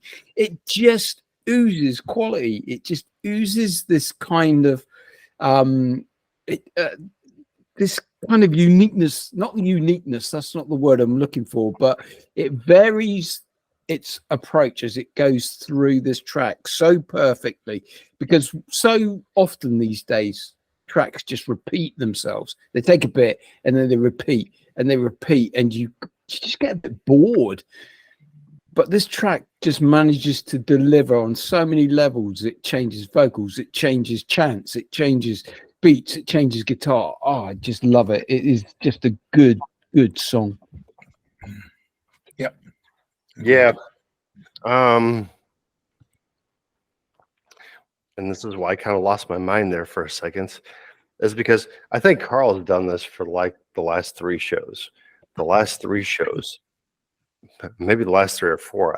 If I can remember back, but I do remember at least the last 3 shows. The last 3 shows have been. Wet myself. Oh, sorry, no, carry on. Yeah, you have done that. You've wet yourself many shows, so I'm not worried about that. I'm saying that as far as the tracks go, you've definitely left kind of like the best for last, in a manner of speaking, and you've also kind of like went into this kind of like 9 Inch Nails, Marilyn Manson direction, so. With that, it's just obviously when you leave a song like this, is going to cause a great deal of controversy with the top tracks and everything like that. So I like that. I like the way he does that. No, but one at the start, it fucking pisses one at the end. off. It pisses me off because I like it. It's because why? Because he always bitches about being tired and like, oh my god, we got to get through the show and I got to go to sleep. But here, let me give you a song that's going to get us talking. Yeah. Sorry, I have to sleep. Sorry, I'm not a robot.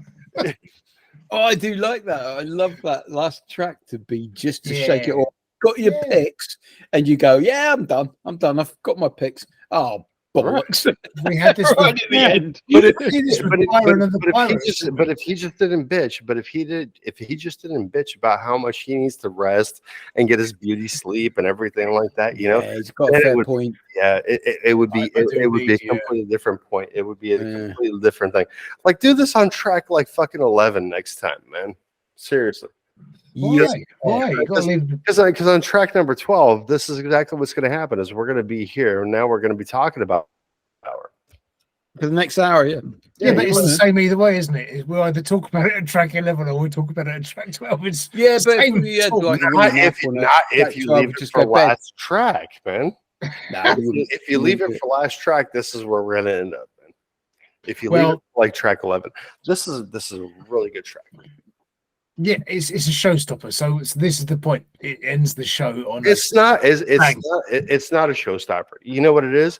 This is here we go. We're gonna end our radio broadcast right now, so that way we can bring you this exciting, energetic thing to get you going on your Friday night. So you have something to listen to as you're going out and drinking and having a good time and partying. This is what this track is. Yeah, why not? Indeed, yeah. Absolutely. I like rousing. this is last. I love it. I love it. Just to shake us up. I get where Carl's coming from. Yeah, it's good. Keep us awake. Keep us on a toe. If we didn't do this, Carl would be asleep by now. I am. Well, he is a sleep party. He's the one that put together the goddamn show, man. So I got to tell you. Yeah, but I put it together when I was awake. I didn't put it together at 1 o'clock in the morning. That's all well and good when you were putting this together, like 4.5 months ago or whatever it was. Yeah, it was a while ago. Yeah, we are catching up slowly. Well, yeah, I mean, you basically have up to like show 55 produced for us and everything like that. But this song right here, I mean, this is everything in between from I gotta tell you, Marilyn Manson to Nine Inch Nails to some of the indie artists that we have going on here now, which is I gotta look at it. I gotta look at it in my notebook here.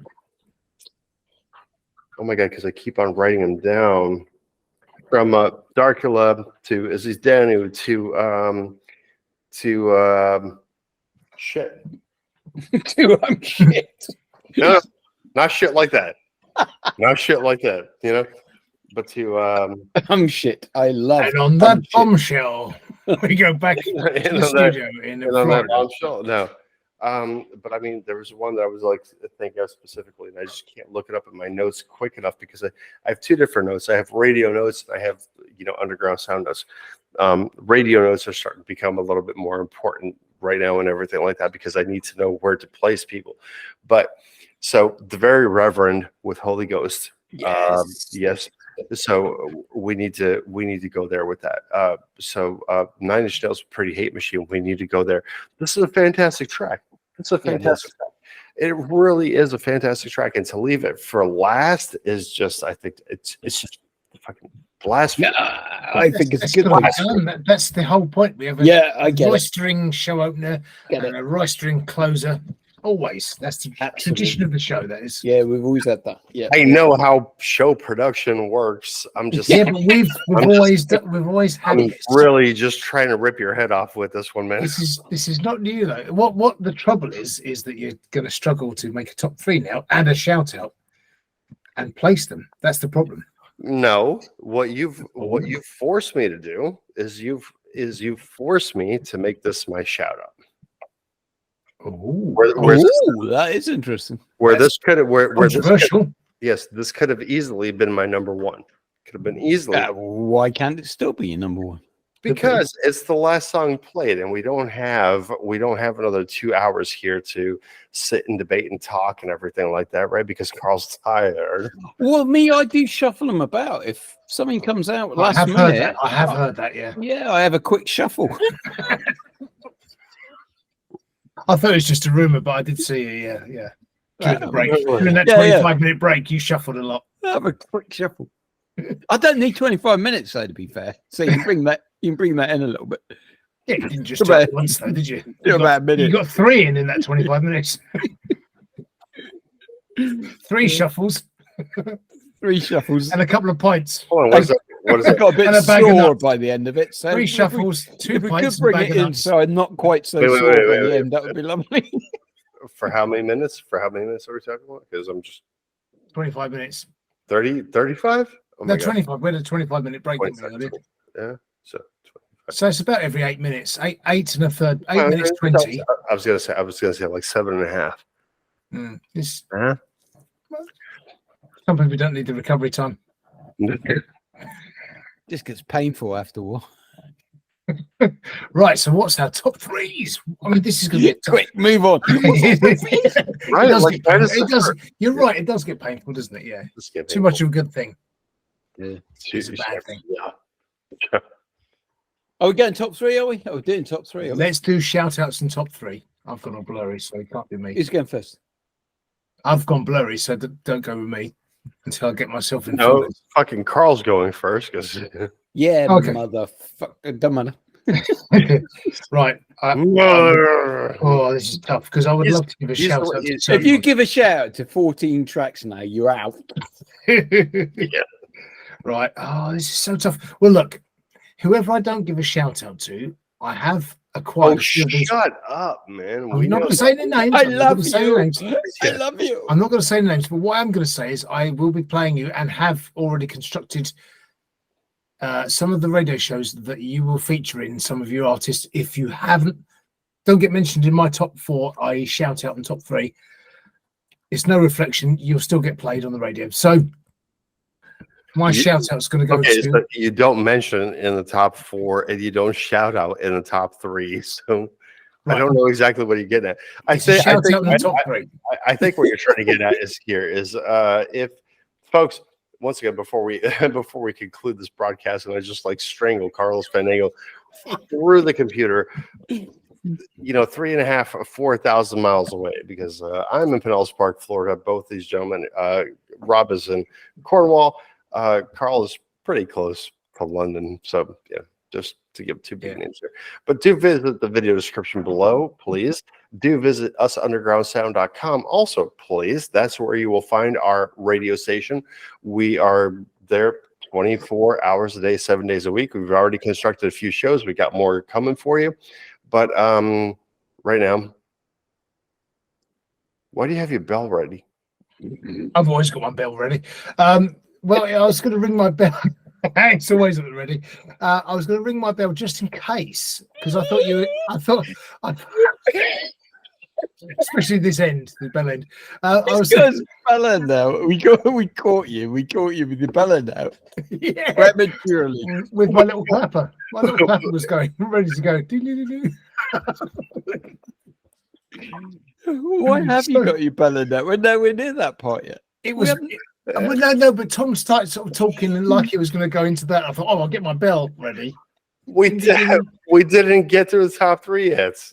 No, I know, but you started launching into this. This is the underground sound, and we're cool, and whatever you say. I wanted to make sure that everybody knew about the video description. Okay, right. I'll put my bell away. We're not going anywhere. My little red bell. Put your bell back in your pants for the minute, all right? Put your bell back in your pants. Back in there. It's got a little red tip as well. Oh my god! What are you, a dog now? What the? It's my lipstick. You should just baked it up at the bottom of the screen a little bit. Like one of those pizza like the. All right, Carlos Fandango, let's hear your honorable mention, your shout out, and your top. Oh, that's good. Thank you. Yeah, that's because we don't normally do honorable mention. No, I'm not going to question it. Honorable mention: Argin Levin, The Quiet Town. You'll be featured, Argin, on the Big Chill Pill very soon when it gets uploaded. It's a great track and I love it. It's a lovely chill out song, and I've put it next to a couple of lovely songs as well. So thank you for that music. Keep it coming. My shout out goes to Johnson Forrest. You can't have a thing. Was so close to being in my top 3 and could easily be. I've acquired the song on iTunes already, Johnson. You're going to get onto one of the radio playlists as well. My number 3, Greg Baker Everett with Durango. Just anything that sounds like Marty Robbins and traditional country western is a winner for me. Love it. And number 2, this is so difficult. I'm going to say CaliberSands Graveyard because of the Pink Floydiness of it, and it sounds so dramatic. And the more I hear it, the more I love it. You could have easily been my number 1, but because of just the way everyone reacted to this one tonight and the way I've acquired it on iTunes already and have been listening to it and enjoying it, is the Mutineer Androids Hangover. I love the sort of feel of it. It's almost like a Lost Queen song to me, and I love that because these songs that keep coming up and keep being released subtly. Yeah, they'll have a Freddie song that's ballad that's been not unreleased, and they were working on it, but they never released it. So this feels like one of those, and that's one of the hugest compliments I can give, is it sounds like a Queen song. So well done, guys. Love what you're doing. Keep it coming. It is a very huge compliment to say that it sounds like a Queen song. So, Smart Monkey. Let's be curious. Yes, okay. So this has been a difficult show. Again, I thought I had my top 3 easily decided. And as the show progresses, it always throws little curveballs out at us. Yes, the bowl throws some curved bowls as well, don't we? Curved bowls. I want to give a shout out to Greg Baker Everett. That Durango song. All right, we know it's of an era that's long gone, but he has done that so well, and it just took me back to when I was sitting there watching the TV with my granddad, and I think that's a beautiful trait to have, and he's honouring these eras. And without artists like him, those eras would get sort of a lost. So I have to give a shout out to him. It's a beautiful track, beautiful. In my top 3, and it's a bit more maybe of a controversial one. Well, not controversial, I don't think so. It's just my own personal choices. I had 31 in there by Jacob Szymik. Controversial.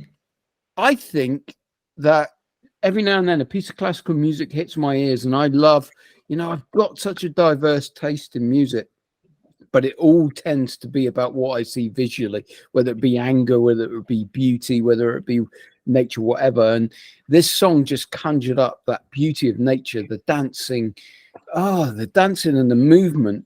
You could just put so much to that. Close my eyes, I was in that moment. So I have to add that one to my list. To me, the next one is Mother. Joe, trying to remember his surname, can't remember what it was. Iantorno. Iantorno. I just thought that was beautifully delivered song again. Took me right back to the Marillion Days, Fish. His vocals again, you don't hear him so much these days, and I really enjoyed that track. But to me, number 1 has to be, and I just absolutely love this track, Mutineer Androids, Hangover. Oh my word, just had so many things going for that track. Loved it. Pressure. It just stays in your head. Just the way the song is constructed, all of those elements. I mean, we've seen those elements delivered, but they're just perfectly sort of constructed, timed. I love song construction, and when a song is constructed well, oh my word. It's really brilliant.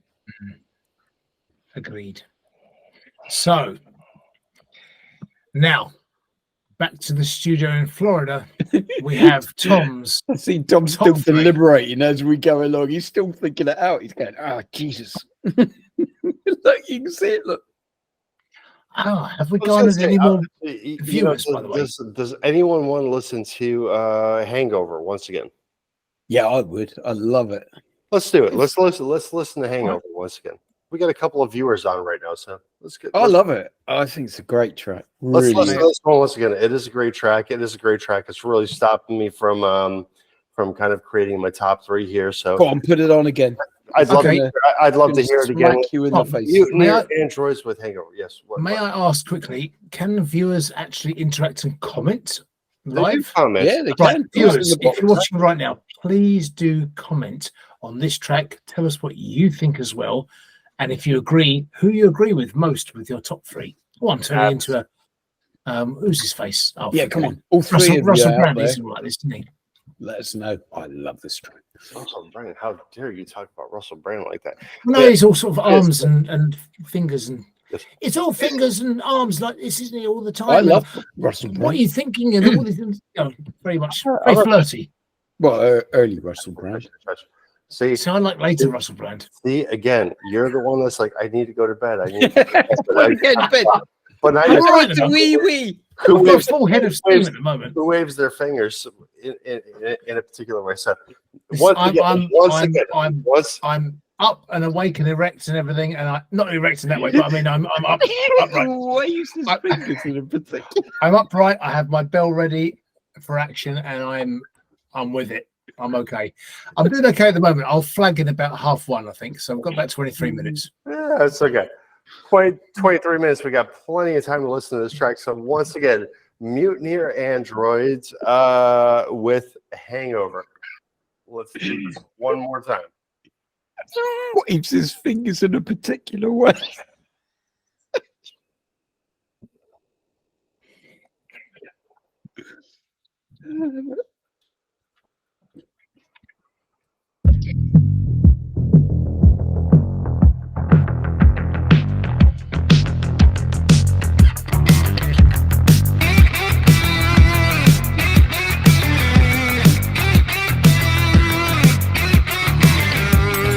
Pass me the bottle, or pour me another role model. Just wanna be louder. The buzzing around me is taking control. Discovering new heights, what's seeking the keyhole.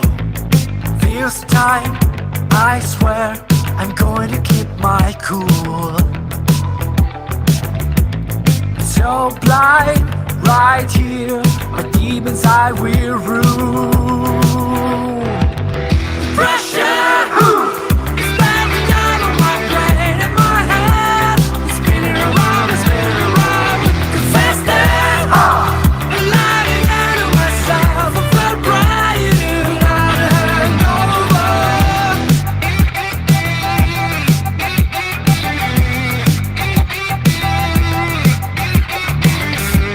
Don't think it was water. It's under the bridge now. And once I get sober, can figure out your sound. The liquor is calling and singing its song. I feel like I'm falling, but as it goes on. This time, I swear, I'm going to keep my cool. So blind, right here, my demons I will rule. Pressure, is bearing down on my brain and my head. It's spinning around and spinning around. Confess that I'm lying out of myself. I felt bright hangover. Pressure, is bearing down on my brain and my head. It's spinning around and spinning around. Confess that I'm lying out of myself. I felt bright. Sometimes I look in the mirror and the face on the other side is asking me why. Those times I wish I could tell it that I know there's a way to break this cycle. You know it's very intoxicating. What if the bottom of this bottle's gonna show me the way? Pressure, is bearing down on my brain and my head. It's spinning around and spinning around. Confess that I'm lying out of myself. I felt bright hangover. Pressure, is bearing down on my brain and my head. It's spinning around and spinning around. Confess that I'm lying out of myself. I felt bright hangover. Around, spinning around, spinning around, spinning around.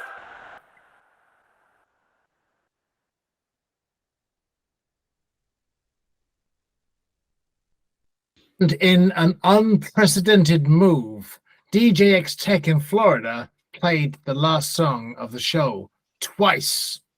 Controversial? You decide.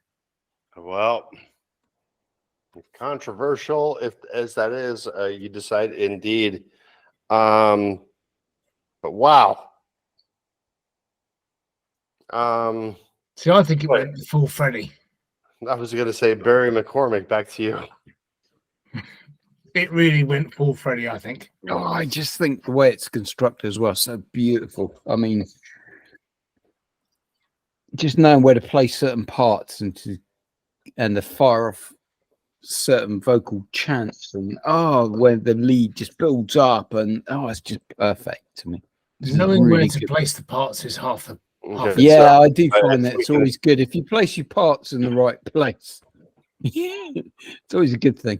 Stops you getting slapped around the face. Barry McCockiner, what do you think? Oh, we got somebody commenting.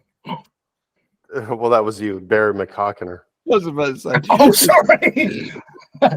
Oh, I see. I was a bit slow there. Oh, cool. Just I a like tad, that. just a tad. Just a tad. It's in your name book, for crying out loud. Yeah, it probably is in there actually. There's I haven't buried my cock in anything in a while, so yeah. So. That's another name. That's his You get the cousin. joke? Barry McCockiner. Barry McCockiner. I haven't buried my cock in a while as his cousin. Oh, that's just disgusting. Man. All right. So, Tom's delaying this inevitable decision by swigging a Bud Light. Bud Light? Yeah. So, what do you reckon? Shout out? Honourable mention and a shout out. You're allowed those two now. No, Oh, now you tell me. No, it's just that Tom said that to me, and I got those two in there, so I had 5 to mention. Well, I just did a shout out, didn't I? I didn't know honourable mention. Well, normally we just do a shout out in the top 3, but Tom said honourable mention and a shout out in the top 3. I said, okay, I'll take that. No, if I said that by mistake. So my honorable mention or quote unquote shout out, they both work together. I'm sorry, guys. I let them know. Mutineer Androids. Anger. Yeah, that's gonna be gasp. Sorry, that's a shout out. Oh, you're dead to me. Rob, come on, let's do a breakaway show. You're not my son. You're not my son. Come on then. Let's see your top 3 then. Come on. Specifically for the reason that Carl left you towards the end of the show, I had to do that last show as well. We've always done it. Just because, I the number 1 spot would have probably been taken over with my last show as well. You're punishing the Mutineer Androids for my order choice. Yes. I'm sorry, Mutineer Androids. What? Don't matter. What's your top 3? All right. So top 3. Where we at? So Federica Scherma to dico Dino. It's going to be my number 3. Oh, excellent. That's good choice. Yeah, I like that. Loved the song. Loved everything that was going on there. Was just brilliant. I mean, definitely. There's a lot of songs that are definitely making it on the radio today, where everything's concerned. But blah. Before I get too much going on in my mind here, So my number 2 song is going to be Kid Ty with Colorado. Very good song. Very good song. Very good lyrics. It's very well produced. Everything was just going right with that song. And so my number 1 track. Anyone care to guess? Yeah, I think I'm going to guess it. Track 5, CaliberSands Graveyard. That's my guess. Bro, you are spot on. Yes. Yeah, I love the Pink Floyd vibe to that whole thing, and just the Zeppelin, everything that was in there. It just showed so much talent on what this act was in my mind. Not that anyone didn't show promise or anything like that, right? There was a lot going on here with all these bands. Last show or it was the last show. It was the last show. I was struggling for a shout out even because the Purple Bowl of Destiny kind of like threw us through a loop twice, where it was just kind of like, was it the last show or was it the show before that? That the Purple Bowl. I think it was the last show. Was wrong. I think it was the last one because I think I was there, wasn't I? Well, you may have been. I don't know. I superimposed you onto certain shit, so.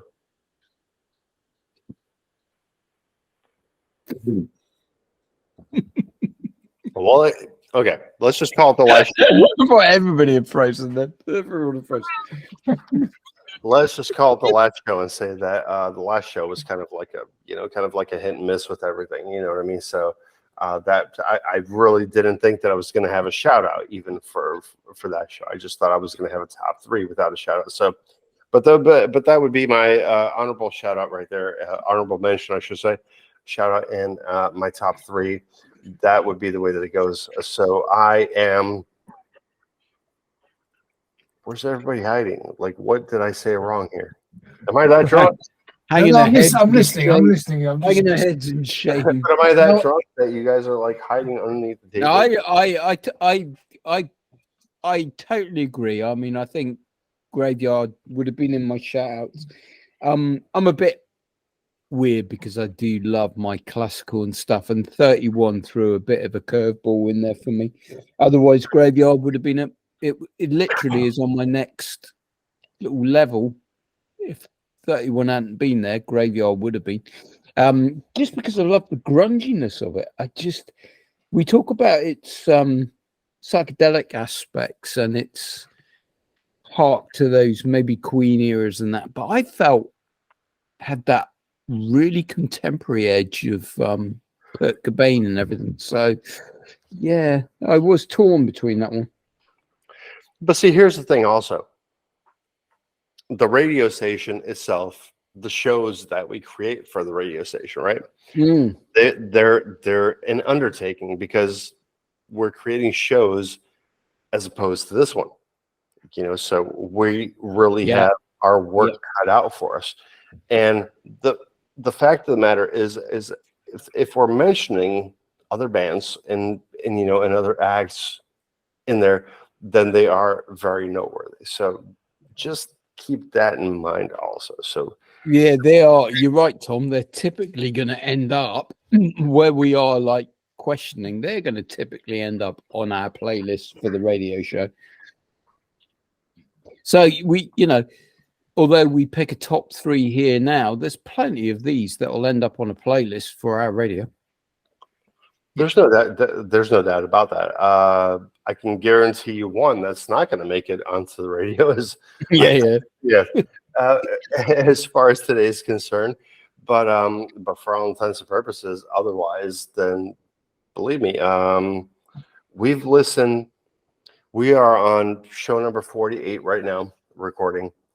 The edited show number 48 will obviously be up next Friday. But for show number 48, let's just say we're an average of 10 tracks. We're 480 tracks into the show. And, and there's not an infinite, kind of like space on the radio. It's there's not. But the whole thing is that when we're putting together these shows, we're really looking for what's good. And I got to say that 7 of 10 tracks on this episode are going to be on the radio. They're going to be on our radio station.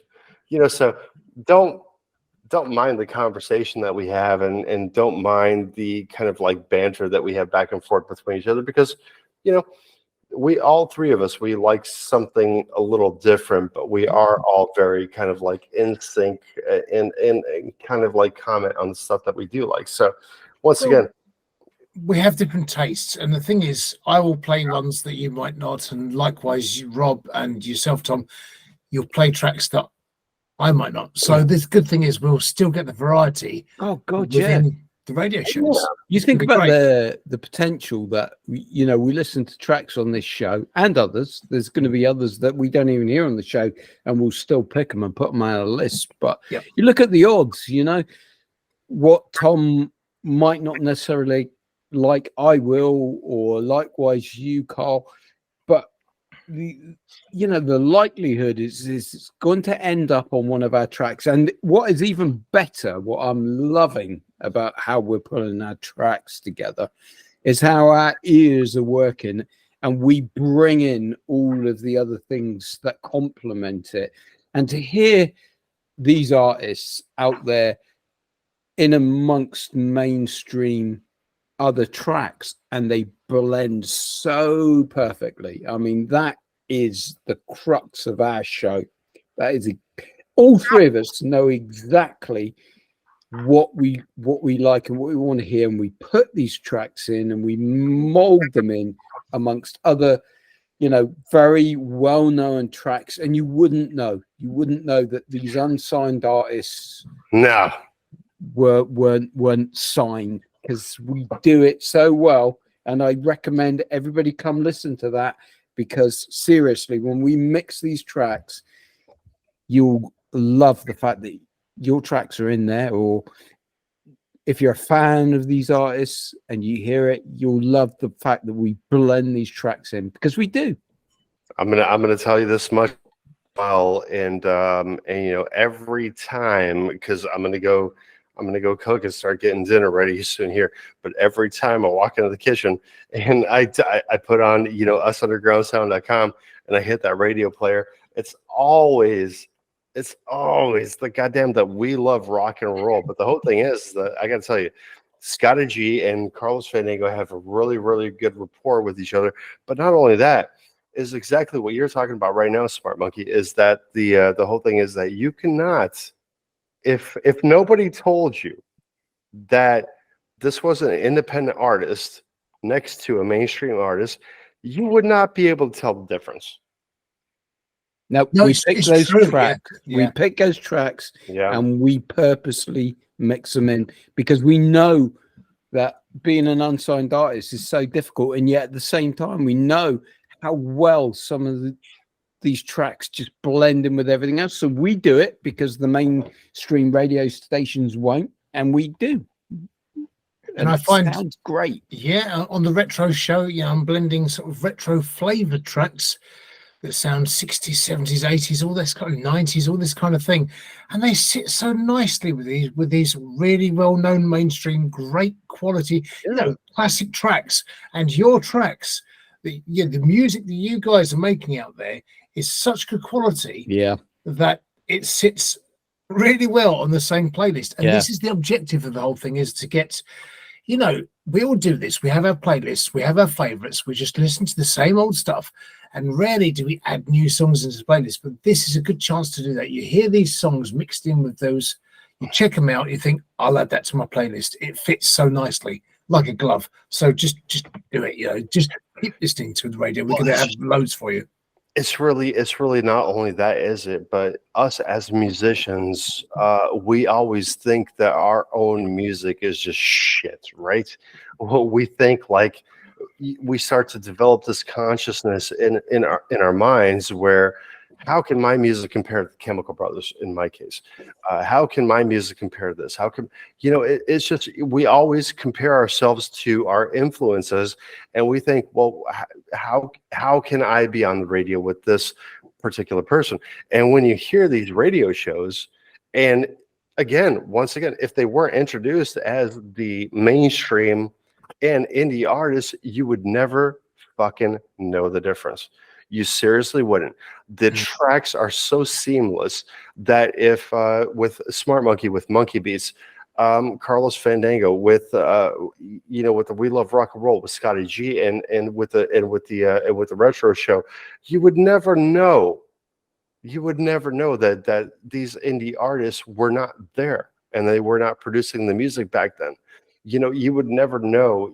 You really wouldn't ever fathom that this music could be there. And I'm really looking forward to what Carlos Fandango has in store with us for the folk and country. Yeah, the best in folk and country for all you country folk. Exactly, for all you folk.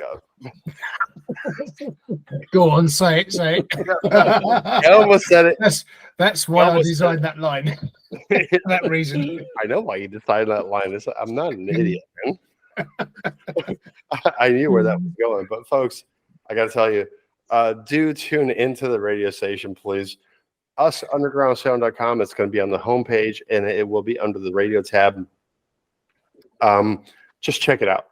Yeah, it's going to get better as well, because it's going to. I haven't had a chance to contribute all the stuff I want to yet, but I'm gonna. Yeah, and Smart Monkey's got some good stuff, and he's good as well. Listen to Smart Monkey, very good. It's going to get better, no doubt, 100%. But for the time being, what we have up there is see how it flows seamlessly with all of the music, because I guarantee you that if you did not hear it announced that it was an independent musician, that you would actually know that it's an independent musician. So for tonight, folks, because we've been kind of like carrying this thing on, and we listened to one song twice, so we were really trying to get this thing going. But we love all this independent music, and all these independent musicians. So for still on the Eastern Standard Time here, Friday, August 18th of the year 2023, I am DJ X-Tech. With me, as always, are my two wingmen, cohorts, bitches, wingmen, bitches. No, my two good friends here, I gotta say, Smart Monkey and Carlos Fandango. Together, we are putting us back into music. So please do like, subscribe, and share, and we will find the music that you'd love to. Yeah.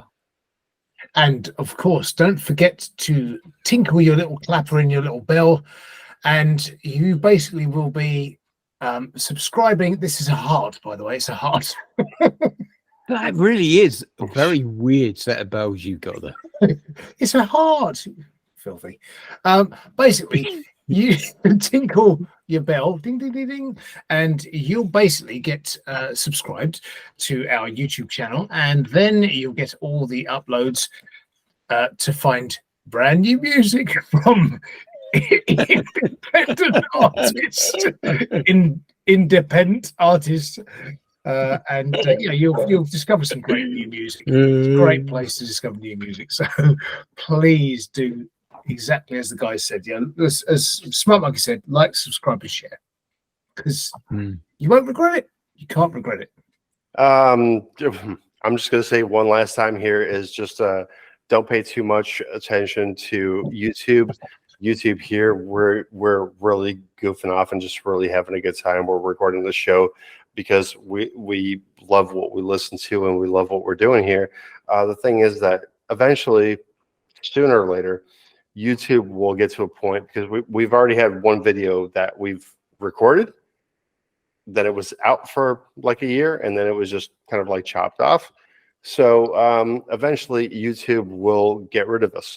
So we're not really worried about YouTube too much. So the radio station is where our focus is going to be on. This is something that we actually can control. We do have the FCC license, we do have ASCAP license, we do have BMI licenses, we do have CSEC licenses. I know you have your hand up. Just let me get through this, and then I'll get right back up to you. So we do have all the appropriate licenses in place, so that way, if we do play your song and you're actually published, then we will pay you royalties. This is just the way that we have to work. So there's a lot of money that goes into this, and we appreciate our sponsors, like today's sponsor, the Lethargics, and our previous sponsors, and just here, go ahead, because you had your hand. Please, DJ X-Tech, can I ask a question? Yes, absolutely. I was wondering, we went live tonight. Are we likely to go live at the same time the next night and the next night after that? Is this something that we might do on a regular basis, so that people can tune in at 7:30 and join us on a regular basis live? Oh, this would be about 7:30-ish, in the United Kingdom. About 8:30-ish, it would be in Poland, but of course it would be about 2:30-ish here in Florida, and then cut the time zones down, and then we have it there. But to answer your question, then yes, since Maya Klars, our friend here to the show, has said that we have had no audio issues and the audio sounded good.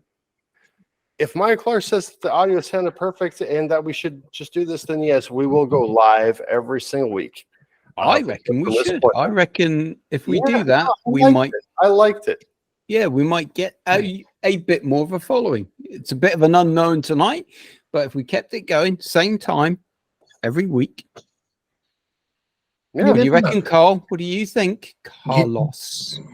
You never know with these things. You never know. But, well, it depends. If we're not really looking to make YouTube a long-term thing, then kind of what's the point? But I think I like the idea of going live and people just watching live. It's good fun. But it gains us an audience for moving more towards the other platform. Oh, we yeah. can get Oh, more. we definitely have more of an audience over on the website right now. But I got to say, for what's been going on here on YouTube,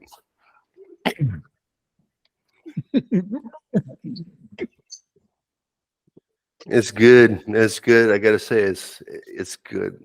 I feel like I should have shaved before I made the speech and everything like that, But no, but this is good because I really just came up with the idea of like, let's stream live just as we were having our kind of like pre-show meeting, and so this never usually would have happened, but we decided that okay, yeah, well, let's stream. If we're all here and everything is going good, then let's stream.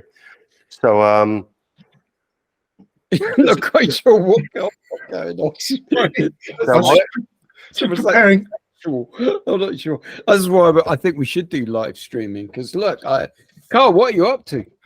Well, I was just preparing. Well, I say preparing. Just asking if Carl's Reggie like fucking making eyes or some shit. Seriously, He's up to something there. eyes were involved. Eyes were falling onto my foot, so my foot had an eye a minute ago. It's just that we had a late visitor, just because I was hoping we'd sort of say our goodbyes at this point. Reggie was going to jump in and just say goodbye, miss the show and all that kind of thing, and he just wanted to make a quick appearance. That's all. go ahead. Hi, I'm Reggie. Just wanted to wish you a very good night. Bye. Yes, Okay. that's fucking. That's Reggie, fucking Saki's retarded cousin or some shit. And Reggie's not and he's going to wave goodbye as well. I don't know if you see my fingers there, shouldn't So he waves. Well, sorry, what was fucking Reggie's cinnamon hand? What was Reggie's hand? I was gonna say that was a cinnamon stick, wasn't it? Yeah, it's like a pen thing. It's a it's because I had little bad skin. I'm taking vitamin E tablets. They're really clearing it up nicely. But he Nice. so just for this purposes of this, because it's horrible having sort of bad skin. So just touched it up with one of Susie's old thingy pens, like what they call makeup. It's makeup, but it's not. Just. God. When you do things absent-mindedly, it's just kind of like this, thinking, "What am I doing?" We're live, man. We're live. Yeah, I know. And Reggie just we didn't even gag. Oh, Reggie's face. Says it all. Reggie just took it, didn't he? Reggie, if his face could say, "Get me out of here." Well, he didn't even gag, did he? No gag reflex. That's right. Reggie, if you're being held hostage, tap 3 times. Reggie didn't have a chance to have a gag reflex because it was like in his stomach already. Won't even give him a chance to gag. It was like kind of like stab. Okay, so if we haven't been banned yet, we'll definitely be banned after. Yeah, That's our goal. After That's this our live goal, isn't it? experience. Oh, it's only a sock puppet, aren't you? That's all. Anyway, he's going to say goodbye. So I'm poking him in the head now. He's a sexy socks. Oh, it's a lot tight. It's a lot tighter than socket, that's for sure, because it's hard to. It just won't come off. Might be because I've heated up as well and expanded. Because I think through the night it's got really hot here. I take it back. I take it back. I wonder why I said that. Oh, he's only got one eye now. Where's the other eye gone? Good grief. Right. Better say our goodbyes, haven't we? Yes. Hold on. I have to queue up our exit music. Oh, I thought you just had it afterwards, post production. Well, no, but let's see if it works now. I'd love to know if it works now. Oh, you're a smart monkey. Well, yeah.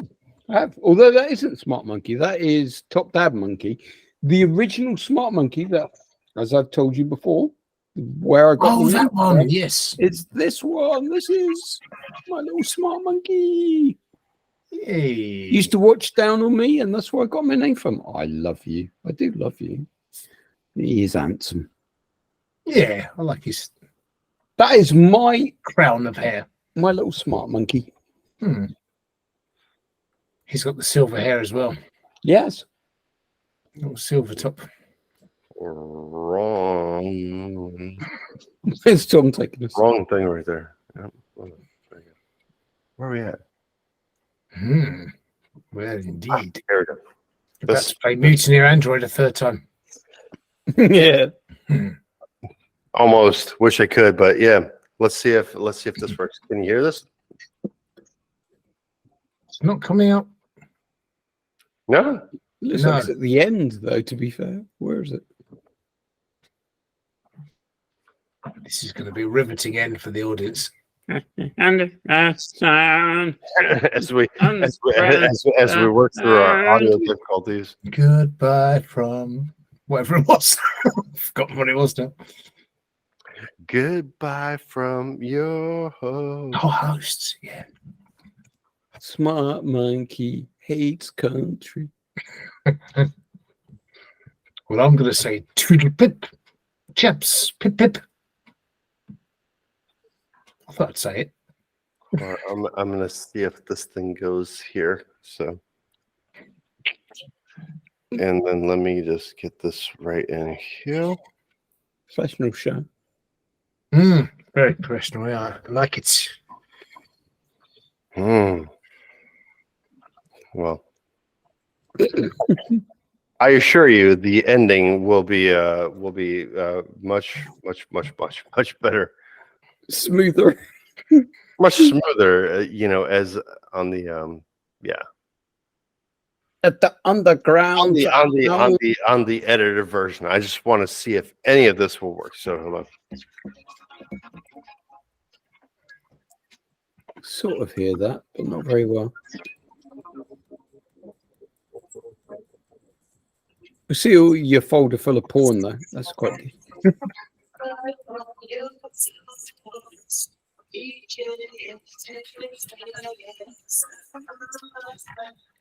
No, we don't hear it. That's just like Oh, I just looked up to see if there was like a version of the underground sound in German, as we'd mentioned Das Boot and stuff earlier. It just says the underground sound. Das underground sound. They must have a word for underground and sound that's separate to English. Well, they must have, but okay. So we couldn't get that going. That'll obviously be on the edited version here. We do thank you all. Gary Ford, the Lethargics, Mike Lars. We had who was our other guest here, because we had a bit of a chat going on here for a second. So, I lost that for whatever reason. And so whoever tuned in to us live here, we do thank you for joining the live session of the Underground Sound. We do strive to bring you the best in the music and comedy entertainment, because the comedy entertainment is our bread and butter. Like, fuck the music. Forget about it. We are all about, I can't even say this. We are all about the comedy entertainment. I want to say thank you once again to our show sponsor, the Lethargics, and for myself, DJ V-TEC, and my two cohorts here, Smart Monkey and Carlos Fandango. Once again, since this show has gone kind of over budget at this point, we are putting the us back in the music. So please do like, subscribe, and share, and we will find the comedy that you love to hear. And don't forget to click on your little bell so you get all the notifications on whenever Tom uploads new Underground Sound videos, and then you'll get all this wonderful independent artist music that you wouldn't have otherwise heard. All right. So for tonight, which is the my phone's playing this thing. So what is it? Show 48. August 18th of 2023. I will say, do zobaczenia w następnym tygodniu. Bless you. I'll say, toodaloo, pip, pip, cheerio, bye-bye. And I will say, first nation. That's exactly what I would have said. All right. So once again, thank you for joining us, and have a pleasant weekend. Stay safe, and good night.